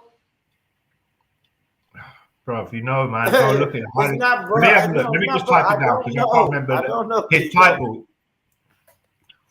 How did they refer to him? Haile Selassie. A sec. I'm saying he said he was a Trinity. This brother's been. They're saying that he's a living Trinity. All of his followers. So you can laugh and scoff and mock, but them man have got blood with you, Born. I think. You know, you might be a third generation Horn migrant, but still, I mean, big up, Born. Now, but so Shift. So Haile Selassie, they're saying he's in this part of the Trinity. What you have to understand is, yeah, whatever Haile Selassie them saying, yeah, he's referring to being a son of Menelik. That's what he calls himself. Yeah. Okay, so is he the head? Is he the head god of your movement? He's a sorry, brother. He's a spiritual. Sorry, brother. Is he a spiritual? Brother, sorry, relax. Can I just ask you a question? I'm answering you. I just heard your first question. Let me answer that one. I know you're trying to control it. I know. No, I'm listening to you. Go on, fire away. But one question at a time, though. All right, sorry, man. So I'm just saying, is he the head don of your? Is he like a very revered figure in your beliefs? You know, in your whole thing. If you're asking me what he claims, what he claims is that he is a son or a descendant of King Menelik. So if he's a descendant of King Menelik, that would make him a king of Israel.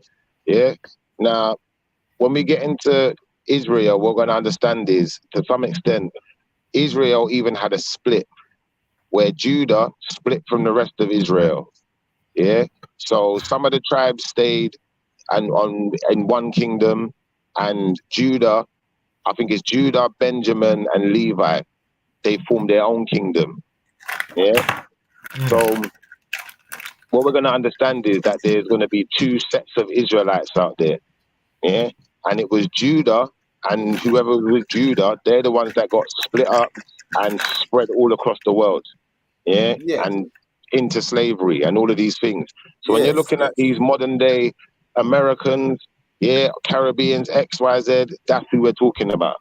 Yeah. Now, once you can get past that, that doesn't mean that there's no other Israelites out there in the world. That just means them ones. It's not. No. Go on, explain it, man. I kind of heard that. One second. What it is now, hold on, let me finish. What I'm saying is, Judah is its own kingdom, yeah? Remember, Judah, one second, brother, one second. Yeah, Judah is its own tribe, and remember, Judah has its own kingdom, its own line of kings, yeah? Now, what we have to, brother, pause 1 second, because I'm trying to finish my sentence. You're not in this tribe, Kingo, shut up. Yeah, so what I'm saying is now, yeah, so Judah having its own kingdom, yeah, would say to you that really and truthfully, there's two separate kingdoms. Now, once we understand that, we have to understand that Judah's people were scattered, yeah, but Judah's people were also given their own covenant. Yeah. You got to find that two separate Judah tribes in the Bible, man. Find that in the scriptures, though, Shifter. No, not two separate Judah tribes. Listen, no. Remember, Israel is the people, yeah? Judah is one of the Israelites. Yeah, he is one son of Israel. Brother. But Judah has his own. Judah's descendants have their own covenant. There was a new covenant made with Judah. Have you ever heard of that? I've never heard of that. All right, go and type that in. We're gonna we could do this now. We could do some new covenant right now. Let's have a look. Why not? All right, yeah. So, what was you up to today, Born? It's not a new covenant. Only the Most High can. If you want to, it's up to Born, isn't it? But obviously, it's not really probably going to be that, because look, covenant object. Come on, bro. How many different lines are there that are there and not there, and people don't believe in the Abrahamic? Kingo, what you talking about, Kingo? Say it again. I said, what was you up to today, man? What was you covering earlier on? Because I missed the early part of your stream, I think. Oh, I didn't do shit, brother. You came in at the right time, Pop. Oh, I just came in. I didn't do anything before you. Yeah. The stream didn't exist before you popped on. But, so yeah, man, I ain't been doing shit, Kingo. I recorded the podcast. Kingo, are you subscribed to the podcast channel? Get your I ass believe I over am. there, Yes, of man. course I am. Of course So I am, what? Rich, man. Come on, man. I've got to follow you to annoy you, mate. Yeah. That's how we Get do, your brother. ass Hey. over there, man. Yeah, How we get do, your brother. ass Hey. over there, man. So I did go and record a podcast show today. I did go record today. Excuse me. That's what I did today, man. Every time I have black seed oil, man, my You throat. say it again? Say it again, When you- Kingo? Black seed oil. Flaxseed oil. Yeah. Black Yes, seed yes, oil. yes. Yes, we need Yeah, that. pause. We need that. My I throat need always to gets do that. fucked up, man. You like a little black seed in the morning. Yeah, I kind of dabble in it. I born rich. Do me a What's up, favor. Just hold this thought for 1 second, yeah, because I got to put some petrol in my car. But while I'm doing that, just type in Jeremiah 31:31 and read from there from 31 to 34. So Jeremiah 31:31, yeah, Find it. and then read up until 34. Well, find it, Born, because I'm doing something. For I am convinced that neither death or life, neither angels nor demons, neither the present nor future, for any powers, neither height or depth, nor anything else in creation will be to separate us from the love of God. That is Jesus Christ our Lord. For I'm convinced. The steadfast love of the Lord never ceases. His mercies never come to an end, and they are new every morning. Great is your faithfulness. I can't reach for shit, man. You know. Kingo, let me ask you this, Kingo. You been all right, brother? You been doing good, all right? You been doing good, bro? Do I sound perky? So pause. So we do not lose heart, though our outer self is wasting away, our inner self is being renewed day by day. Wow, isn't that funny? That's the Lord talking. For this light, momentary affliction is preparing for us an eternal weight of glory beyond all comparison, as we look not to the things that are seen, but to the things that are unseen. And I wrote a quote today on my Twitter, which is very comparable to that, but it is more condensed, and I actually want to bring that up right now.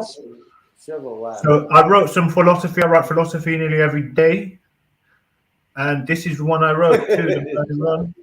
No, I do. I genuinely do. But you know, one of the things good shit, dabbling in. So look, let the energy of redemption and progress be a recipe for setbacks. And also, being disciplined for a sustained period in your life can bring wealth of abundance for generations to come. That's a fact. Right? That's a fact. That's what I got for the last week, and I think it was slightly influenced by preparation. You good, Kingo. Good shit. That's good shit. Walaikum salam. Sakina. Yes. So, Malaikum salam. Salam alaikum. Yeah, Walaikum salam. So this is what it is, my brother. But I mean, look, that's a good. I mean, have you read that? Shit, didn't you get what Shift was telling you? All right, hold on. So what did you read? What was that you just read, Kingo? That was Corinthians 16. Oh no, you read some bullshit. Let me go. Corinthians. Hold on. Shiffer. I'm gonna read what you said. What did you say, Shiffer? Hold on. Let's put it on. No, I've got it up. Jeremiah 31:31. Yeah. Hold on, Shiffer. So we do not lose heart. Though our outer self is wasting away. We can all read it together. Inner self is being renewed day All by day. right. I got you. You want to see it on the screen while I'm reading? Jeremiah 31. Yeah, Jeremiah 31:31. 31 and 31. You said read up to 34. Chapter 31, verse 31. Let's read up to chapter 4. Hold on, let's share. So we do not lose heart. Though our outer self is wasting away, our inner self is being renewed day by day. For this light momentary affliction is preparing us for eternal weight of glory beyond all comparison. Hey, Kingo. As we look. Stop. Relax. All right. 31 and 31. Kingo turned it into an Israelite. Right? Behold, the days come, saith the Lord.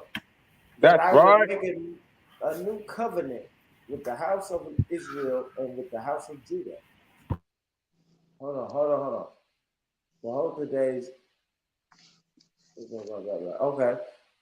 Not according to the covenant that I made with their fathers in the day. I'm not reading this, man. I ain't gonna read this. You want me to read it? Yeah, read it. Behold, the days come, saith the Lord, that I will make a new covenant with the house of Israel and with the house of Judah, not according to the covenant that I made with their fathers in the day that I took them by the hand to bring them out of the land of Egypt, which my covenant they break, although I was an husband unto them, saith the Lord. Yeah. But this shall be the covenant that I will make with the house of Israel. After those days, saith the Lord, I will put my law in their inward parts and write in their hearts, and will be their God, and they shall be my people. And they shall teach no more every man his neighbor and every man his brother, saying, Know the Lord. For they shall all know me, from the least of them unto the greatest of them, saith the Lord. For I will forgive their iniquity, and I will remember their sin no more. We can keep reading if you want. Do you want me to read more? All right, break it down. No. Break it down. Break it down what you just read. So we were saying Judah, right, has two kingdoms. What he's saying to you, yeah?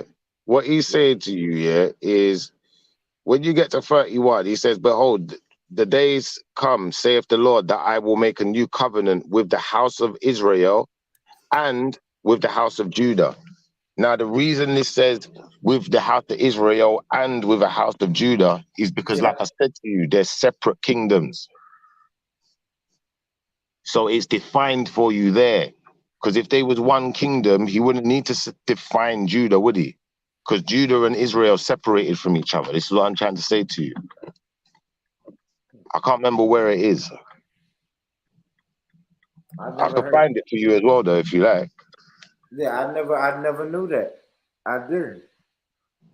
And I'll try and find that for you. That shit, but that's good shit. That's good shit. I never knew that. Israel and Judah. Okay, you're right. Of course. I ain't right because I always thought Israel was like. I say that. I can see that. Israel and Judah. The Canaanites. It's two separate tribes. I give you that.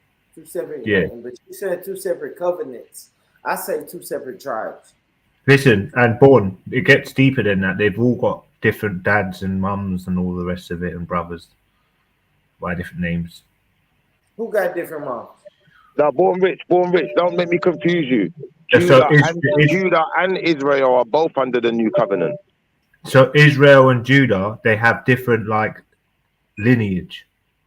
Like he said, they've got different. No, they're different. They're different kingdoms. Families, different kingdoms.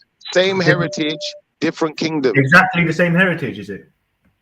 Obviously, they come from Israel. They all come from the same grandfather. They have different brothers. Yeah, but they have different brothers. So the brothers will have different wives. So that the people therefore would be different. Or they fucking the same wives.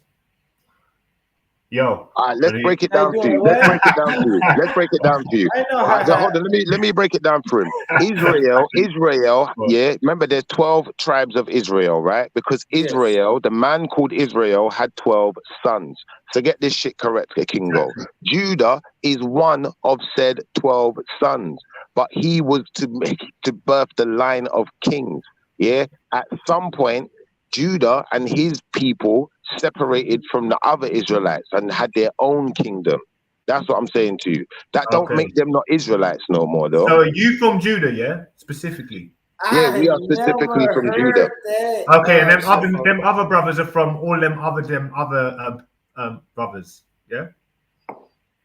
So you saying the ones from your particular, what's it called? Caribbean, wherever you are in the Caribbean now. Them, man, they say they go back, they can trace it back to being from the Judah, yeah? Because that's what they say. They can actually map it, right? That's interesting. So you know that, yeah? Am I right in saying that? Schiffer.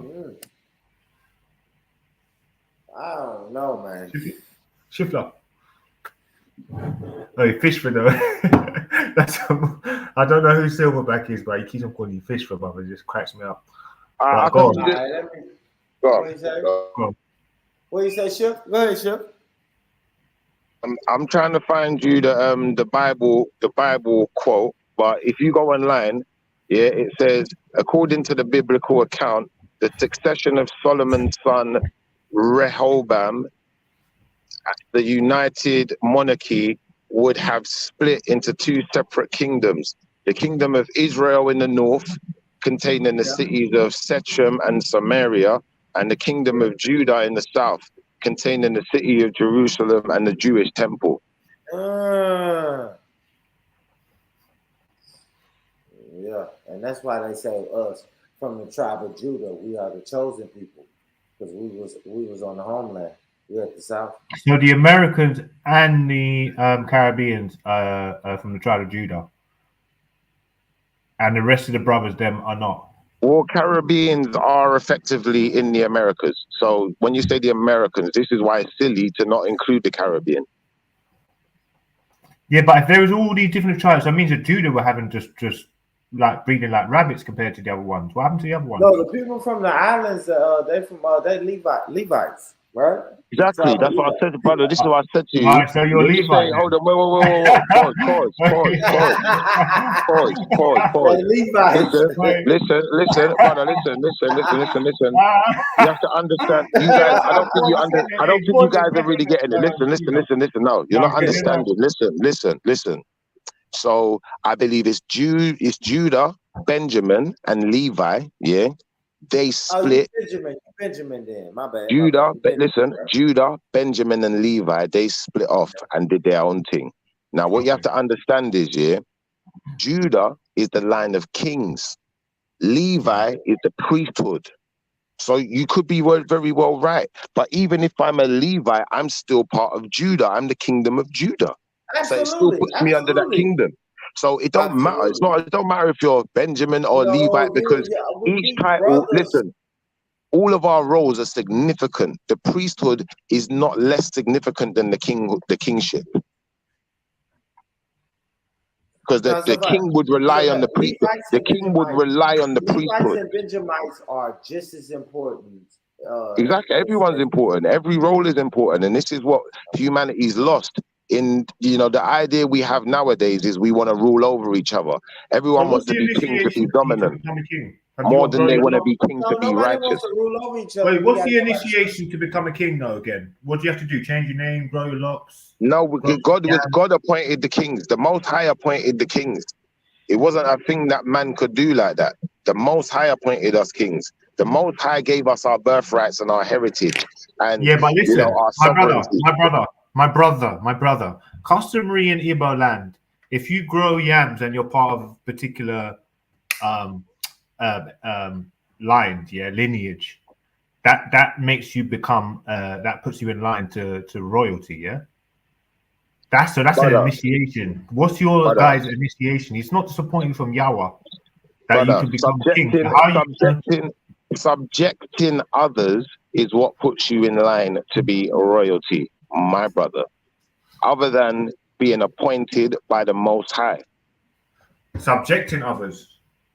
Yeah, only by subjecting others, outside of being appointed by the Most High. That's the only other way you can become a king or an Oba in your language.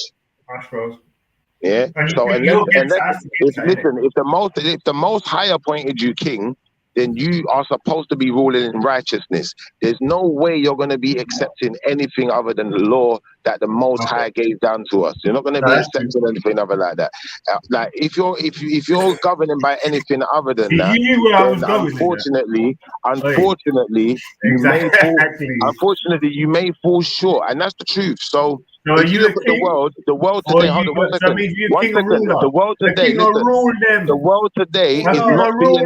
world today is not being governed by its true rulership. It's not being governed by its true kings, because the true kings would be following the Most High's law. Right.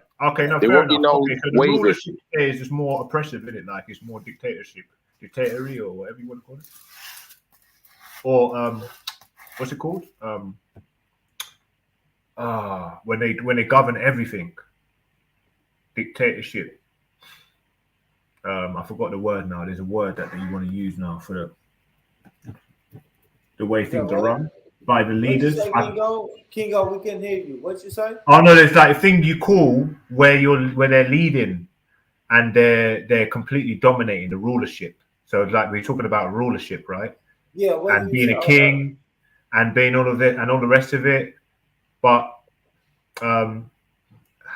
why they're not ruling properly today in comparison to how they were back in the day.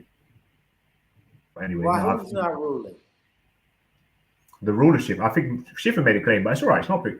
I think I don't want to pick apart what he's saying. I'm just trying to clarify it. Really, yeah. I'm just right. But he said, and you know what? There's a lyric, yeah, and it was called "It Was Written," and he said, "She looked himself like they are a ruler." That, you know when he said, "But there's nothing later." You know that tune? No. And when he said, when you look at them, and because like you're talking about the government in it, and the Queen and that whole monarchy, and and I think governmentship now is where it's like a dictatorship. But I don't know. I think we were getting onto something there though, still.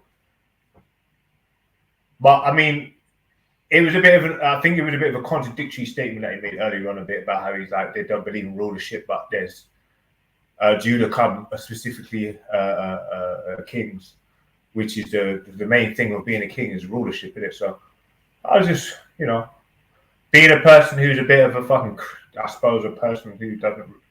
Kingo, I like what you said, yeah. I like what you said, but let's follow the trail. Where do governments get their authority from? Governments, federal army, whoever rules power. All right, but where do they get their authority from? How do we recognize their authority? It's in writing, isn't it? We read something to understand what their authority is, the authority they have over us.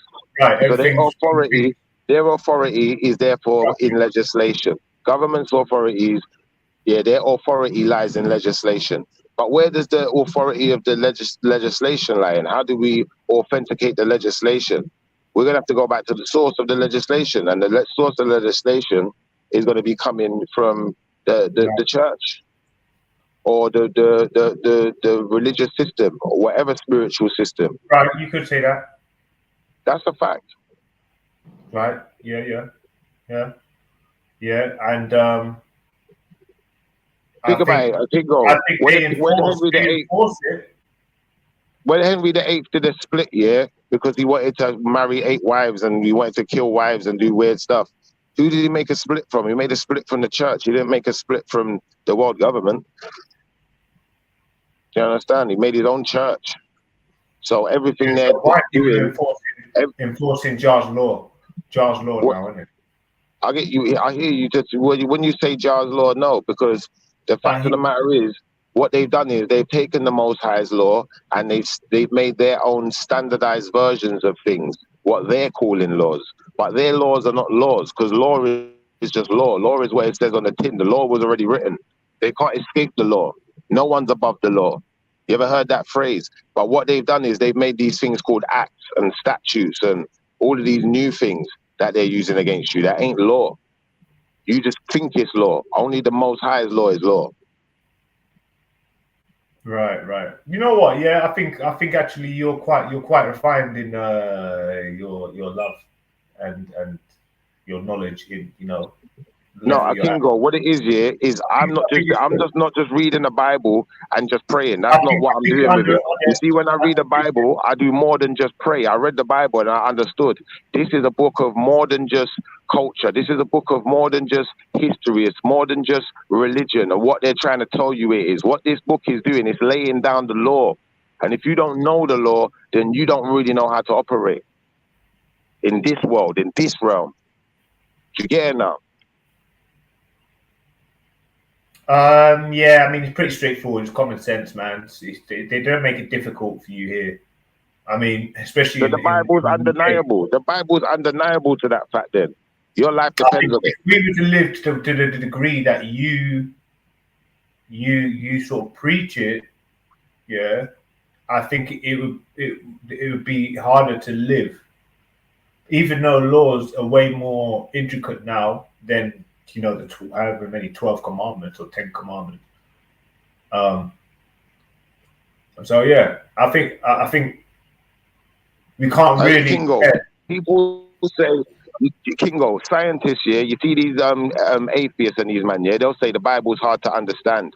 And what does the Bible mean by this? The Bible's straightforward. It's probably more straightforward than any science book you're ever going to read in your entire existence.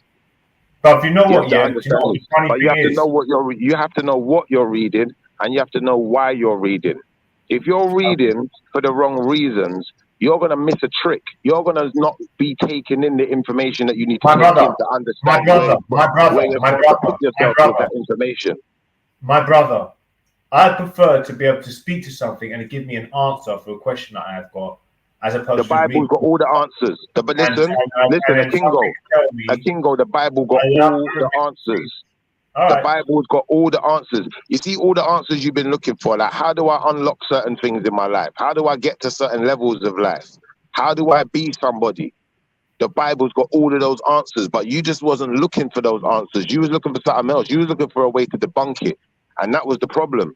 Because the moment you saw the truth in it was the moment your eyes opened for real. And you was like, okay, that's how I do that. That's how I function properly.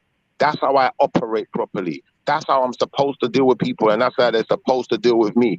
And if you don't deal with me on a certain level, I can hold you to account.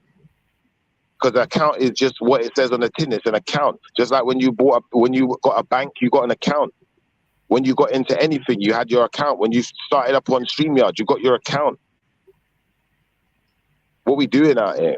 And this is what I'm trying to say. Like, you have to understand what this is. This is the code. When you're talking about the code, you see like the Matrix, when they're talking about decoding the Matrix, brother, if you don't know your Bible, you don't know the first thing about decoding shit. You don't know what the hell you're talking about. You're out here in the world talking shit. Anyone who don't know their Bible, you're out here in the world talking shit. Because really and truthfully, if you didn't know, you're living in a world that's governed by, it's governed by Romans, do you know, like that, and the like, and people alike, yeah, and they've set their rules based likewise. Do you understand? So if you know how they're governing themselves, then you know how to deal with them, how to approach them. But you're living in this world, but you know how to deal with it. You know how to navigate it. You know how to take it to the next level. Do you know like that? Do you know how to? Does your armor have chinks in it? Because if your armor's got chinks in it, if your armor's got chinks in it, we're gonna pick you apart easy. Yeah, your food, your scraps. And then what happens is you've got certain people who they call the 1%. They're the 1% for that reason, because they know what the fuck's going on. And people they're not that interested in what's going on. They're more interested in their personal nonsense that they got going on in their brain. I'm one of them. So I can tell the truth. I'm just a truth telling one. Yeah. But the further I walk in this lifetime, the more I start to understand, like, we really have to take ourselves away from the nonsense and start unpicking the truth. Because only when we know the truth do we really become our true self. You don't even know yourself yet. But you're here talking about Bible. I don't want to overpower you, Kingo, in a conversation. I know you had things to say as well, so I'm going to shut up for a minute and give you a chance to talk as well. Okay. Is there Bible verses? Okay, Bible verses about fear. Bible verses. Who says Bible verses about fear? You want inspirational Bible verses? Bible verses about fear. All of that. Everything you can think of. Everything you can think of in this lifetime, brother. Yeah, there's something to refer to in your Bible. But more importantly, what I'm trying to make you understand is the Bible is laying down the law. If you don't understand how significant that is, then I don't know how to make it ring home or hit home, whatever you want to call it. But I need to find the right words for you. Because once you understand the Bible is laying down the law, If you know your Bible, that means, guess what? That makes you in charge.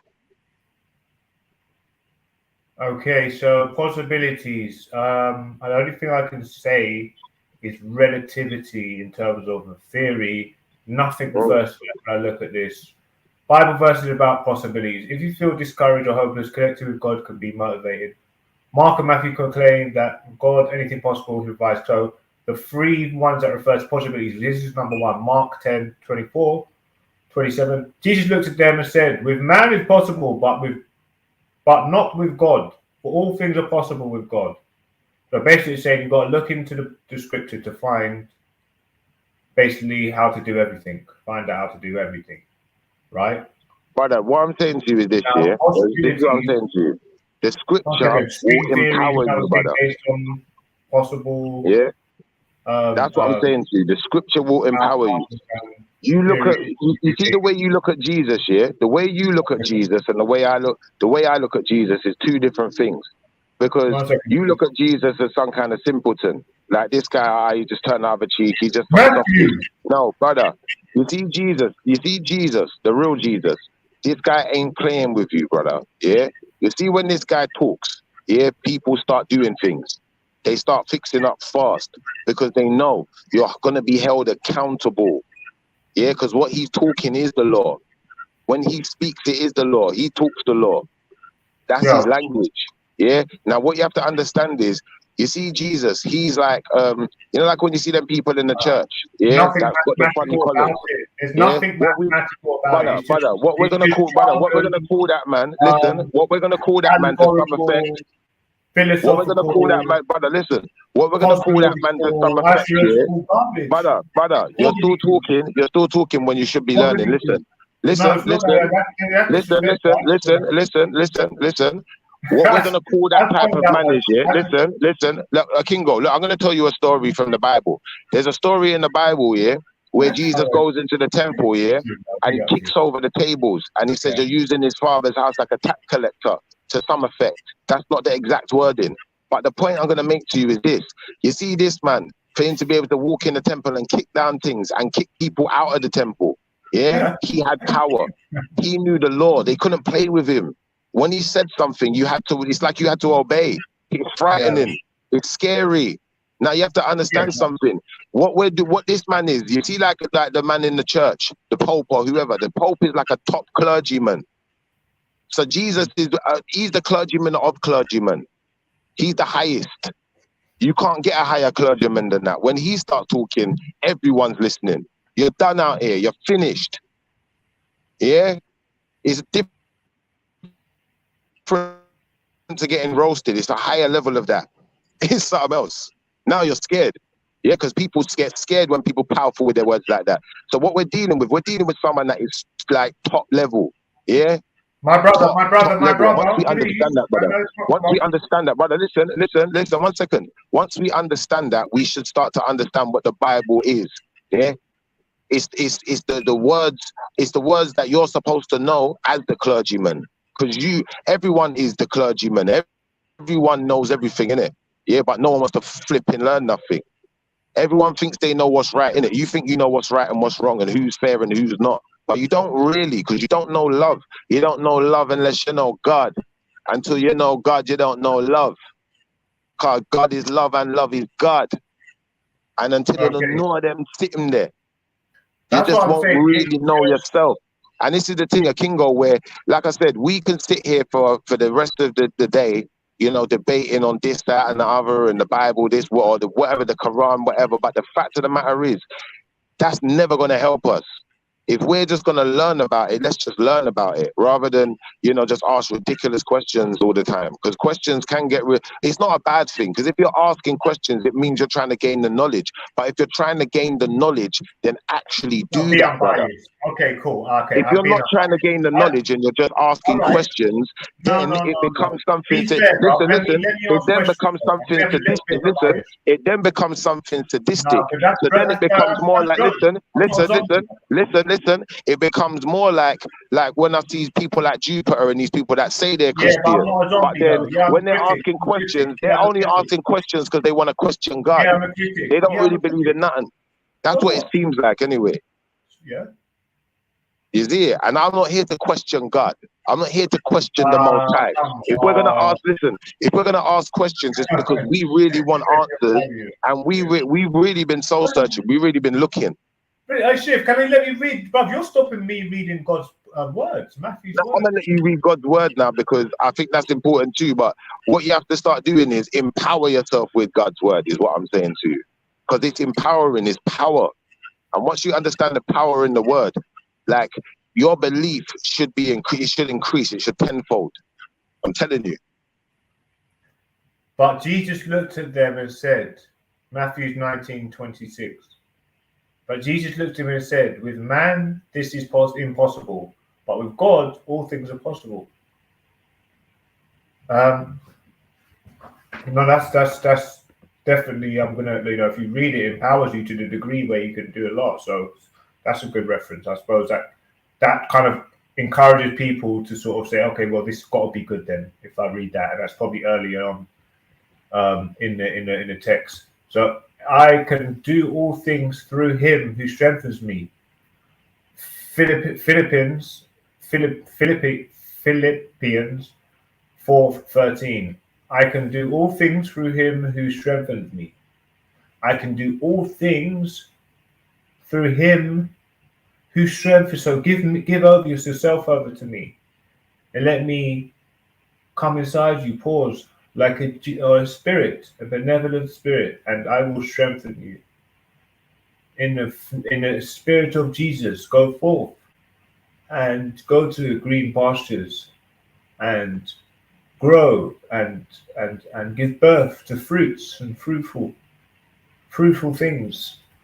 And you shall go forth and possess anything you want with thy right hand.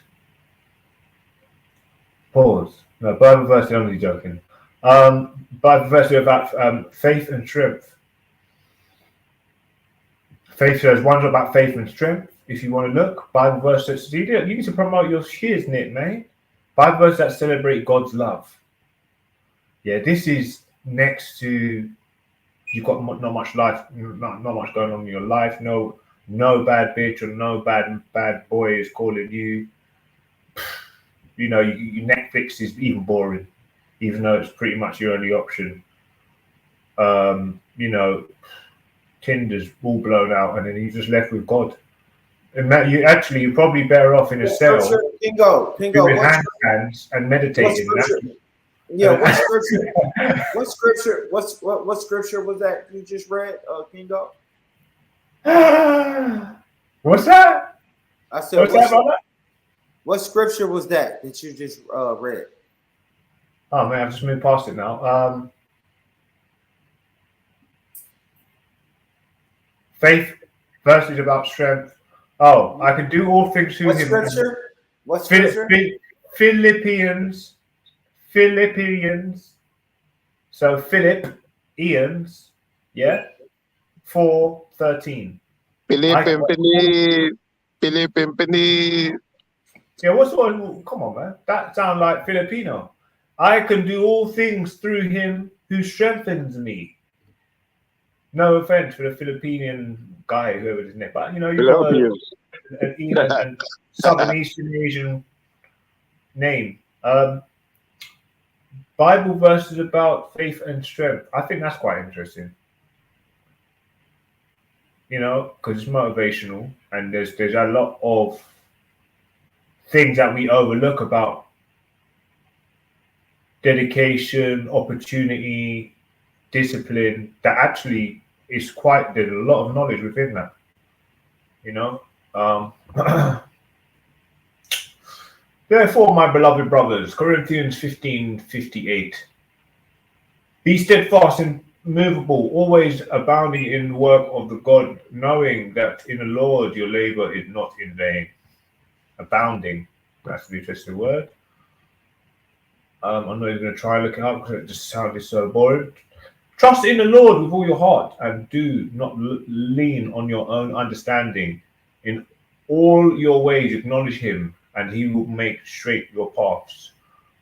Nothing to get from that. Be watchful Stand firm in the faith, act like men, be strong, let all you do be done in love. Now, I've gone to the best quotes, top 30 quotes, or is it top 50 quotes in the Bible, and this is, you know, quite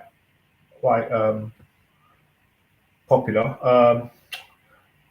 To be watchful, stand firm. Okay, Matthew 17:20. Our faith can move mountains. For fuck's sake. Proverbs.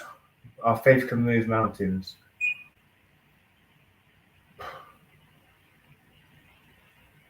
Move mountains. Our faith. So if you go, and then there's a landslide and all of the fucking mountains are falling down. Is that what they mean? Ice cream, ladies and gentlemen. Answer that. But anyway, her children raise up and call her, but it's just nothing direct that you can apply to, like, you know, like I said, everyday life. So it's therefore, to me, generally useless. Her children rise up and call her blessed. Her husband also, and he praises her. Her children rise up and call her blessed. Her husband also, and he praises her. Proverbs 38:28. My ass, ouch. Big up, Come Kingo, on now, man. dog. Come on, man. Yeah, I think that was my meditation to prepare me to go sleep. Nah, big up, Kingo. Big up, brother. Big up, brother. Like, that's Yeah, what no, we're supposed to be doing, man. I had the power. You know what? I just thought of Shaft, not Shaft. It was Pulp Fiction, and the what's his name? The guy going in and eating that guy's cheeseburger. Like, this is a tasty burger. And you know, yeah. So I was quite influenced this morning. I was quite geared up to go and see what this Bible was about, and actually try and vibe with you and your passion for the Bible. And you know I'm a critic about everything, so really, you know, actually I thought I'd try and get some gems. And you know what, the main gem I got was, it's not really it opened my eyes to anything. It was just quite a nice way of saying what I already knew. But that was the one I first came. I want to put it back up.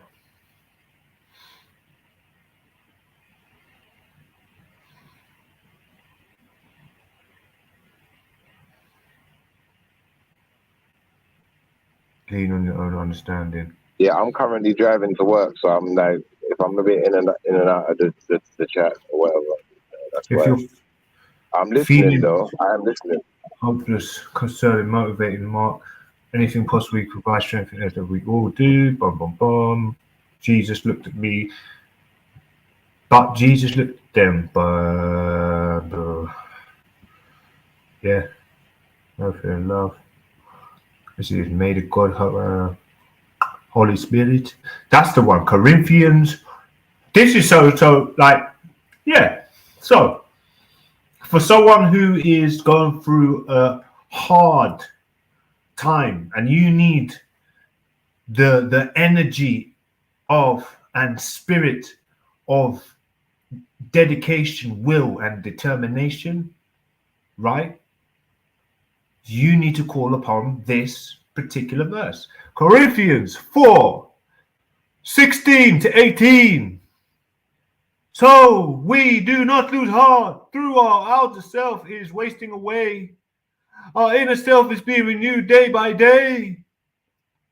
Period. For this light momentary affliction is preparing us for our eternal weight of glory beyond all comparison.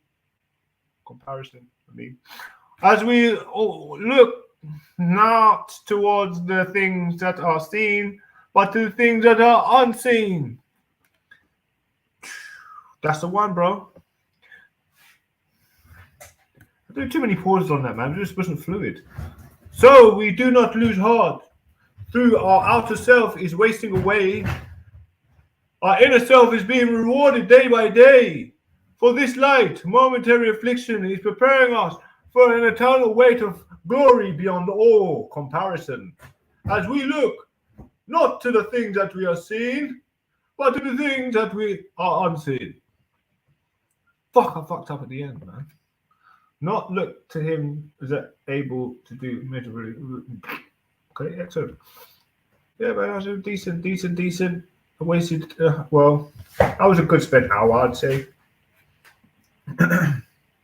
Because personally, I would have probably been trying to put something together on ChatGPT. But if I'm not playing my instrument that I don't know, well, in the morning. What? Bro, what are you talking about, man? Bro, I'm out, man. That nigga's tripping. What is up, man? If I wake up,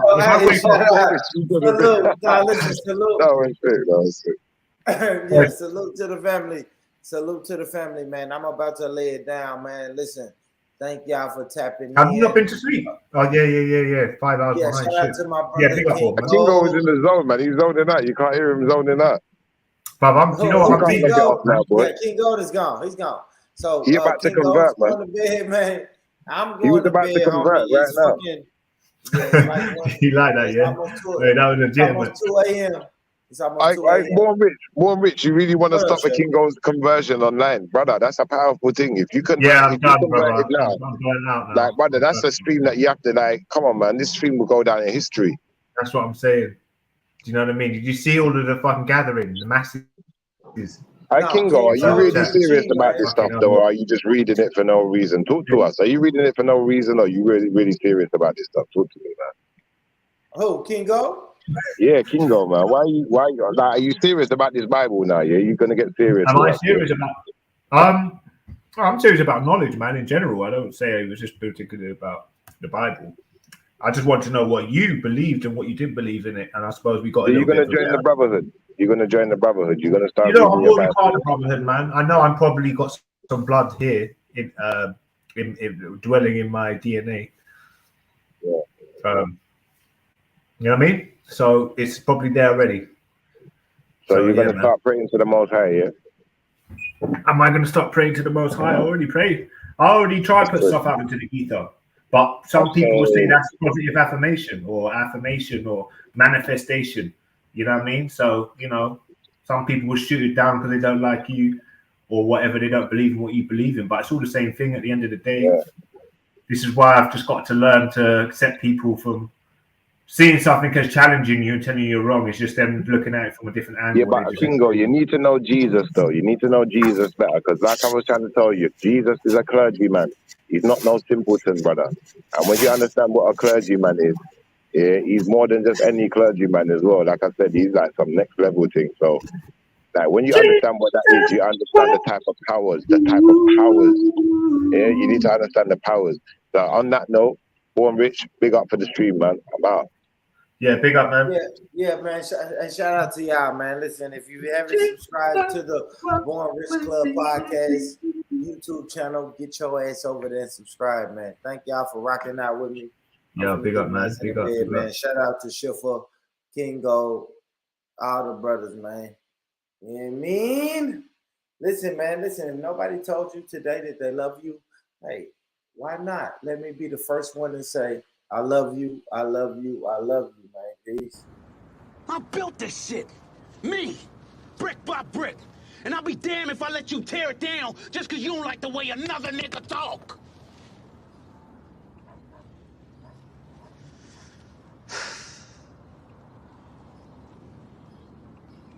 Drive, motherfucker!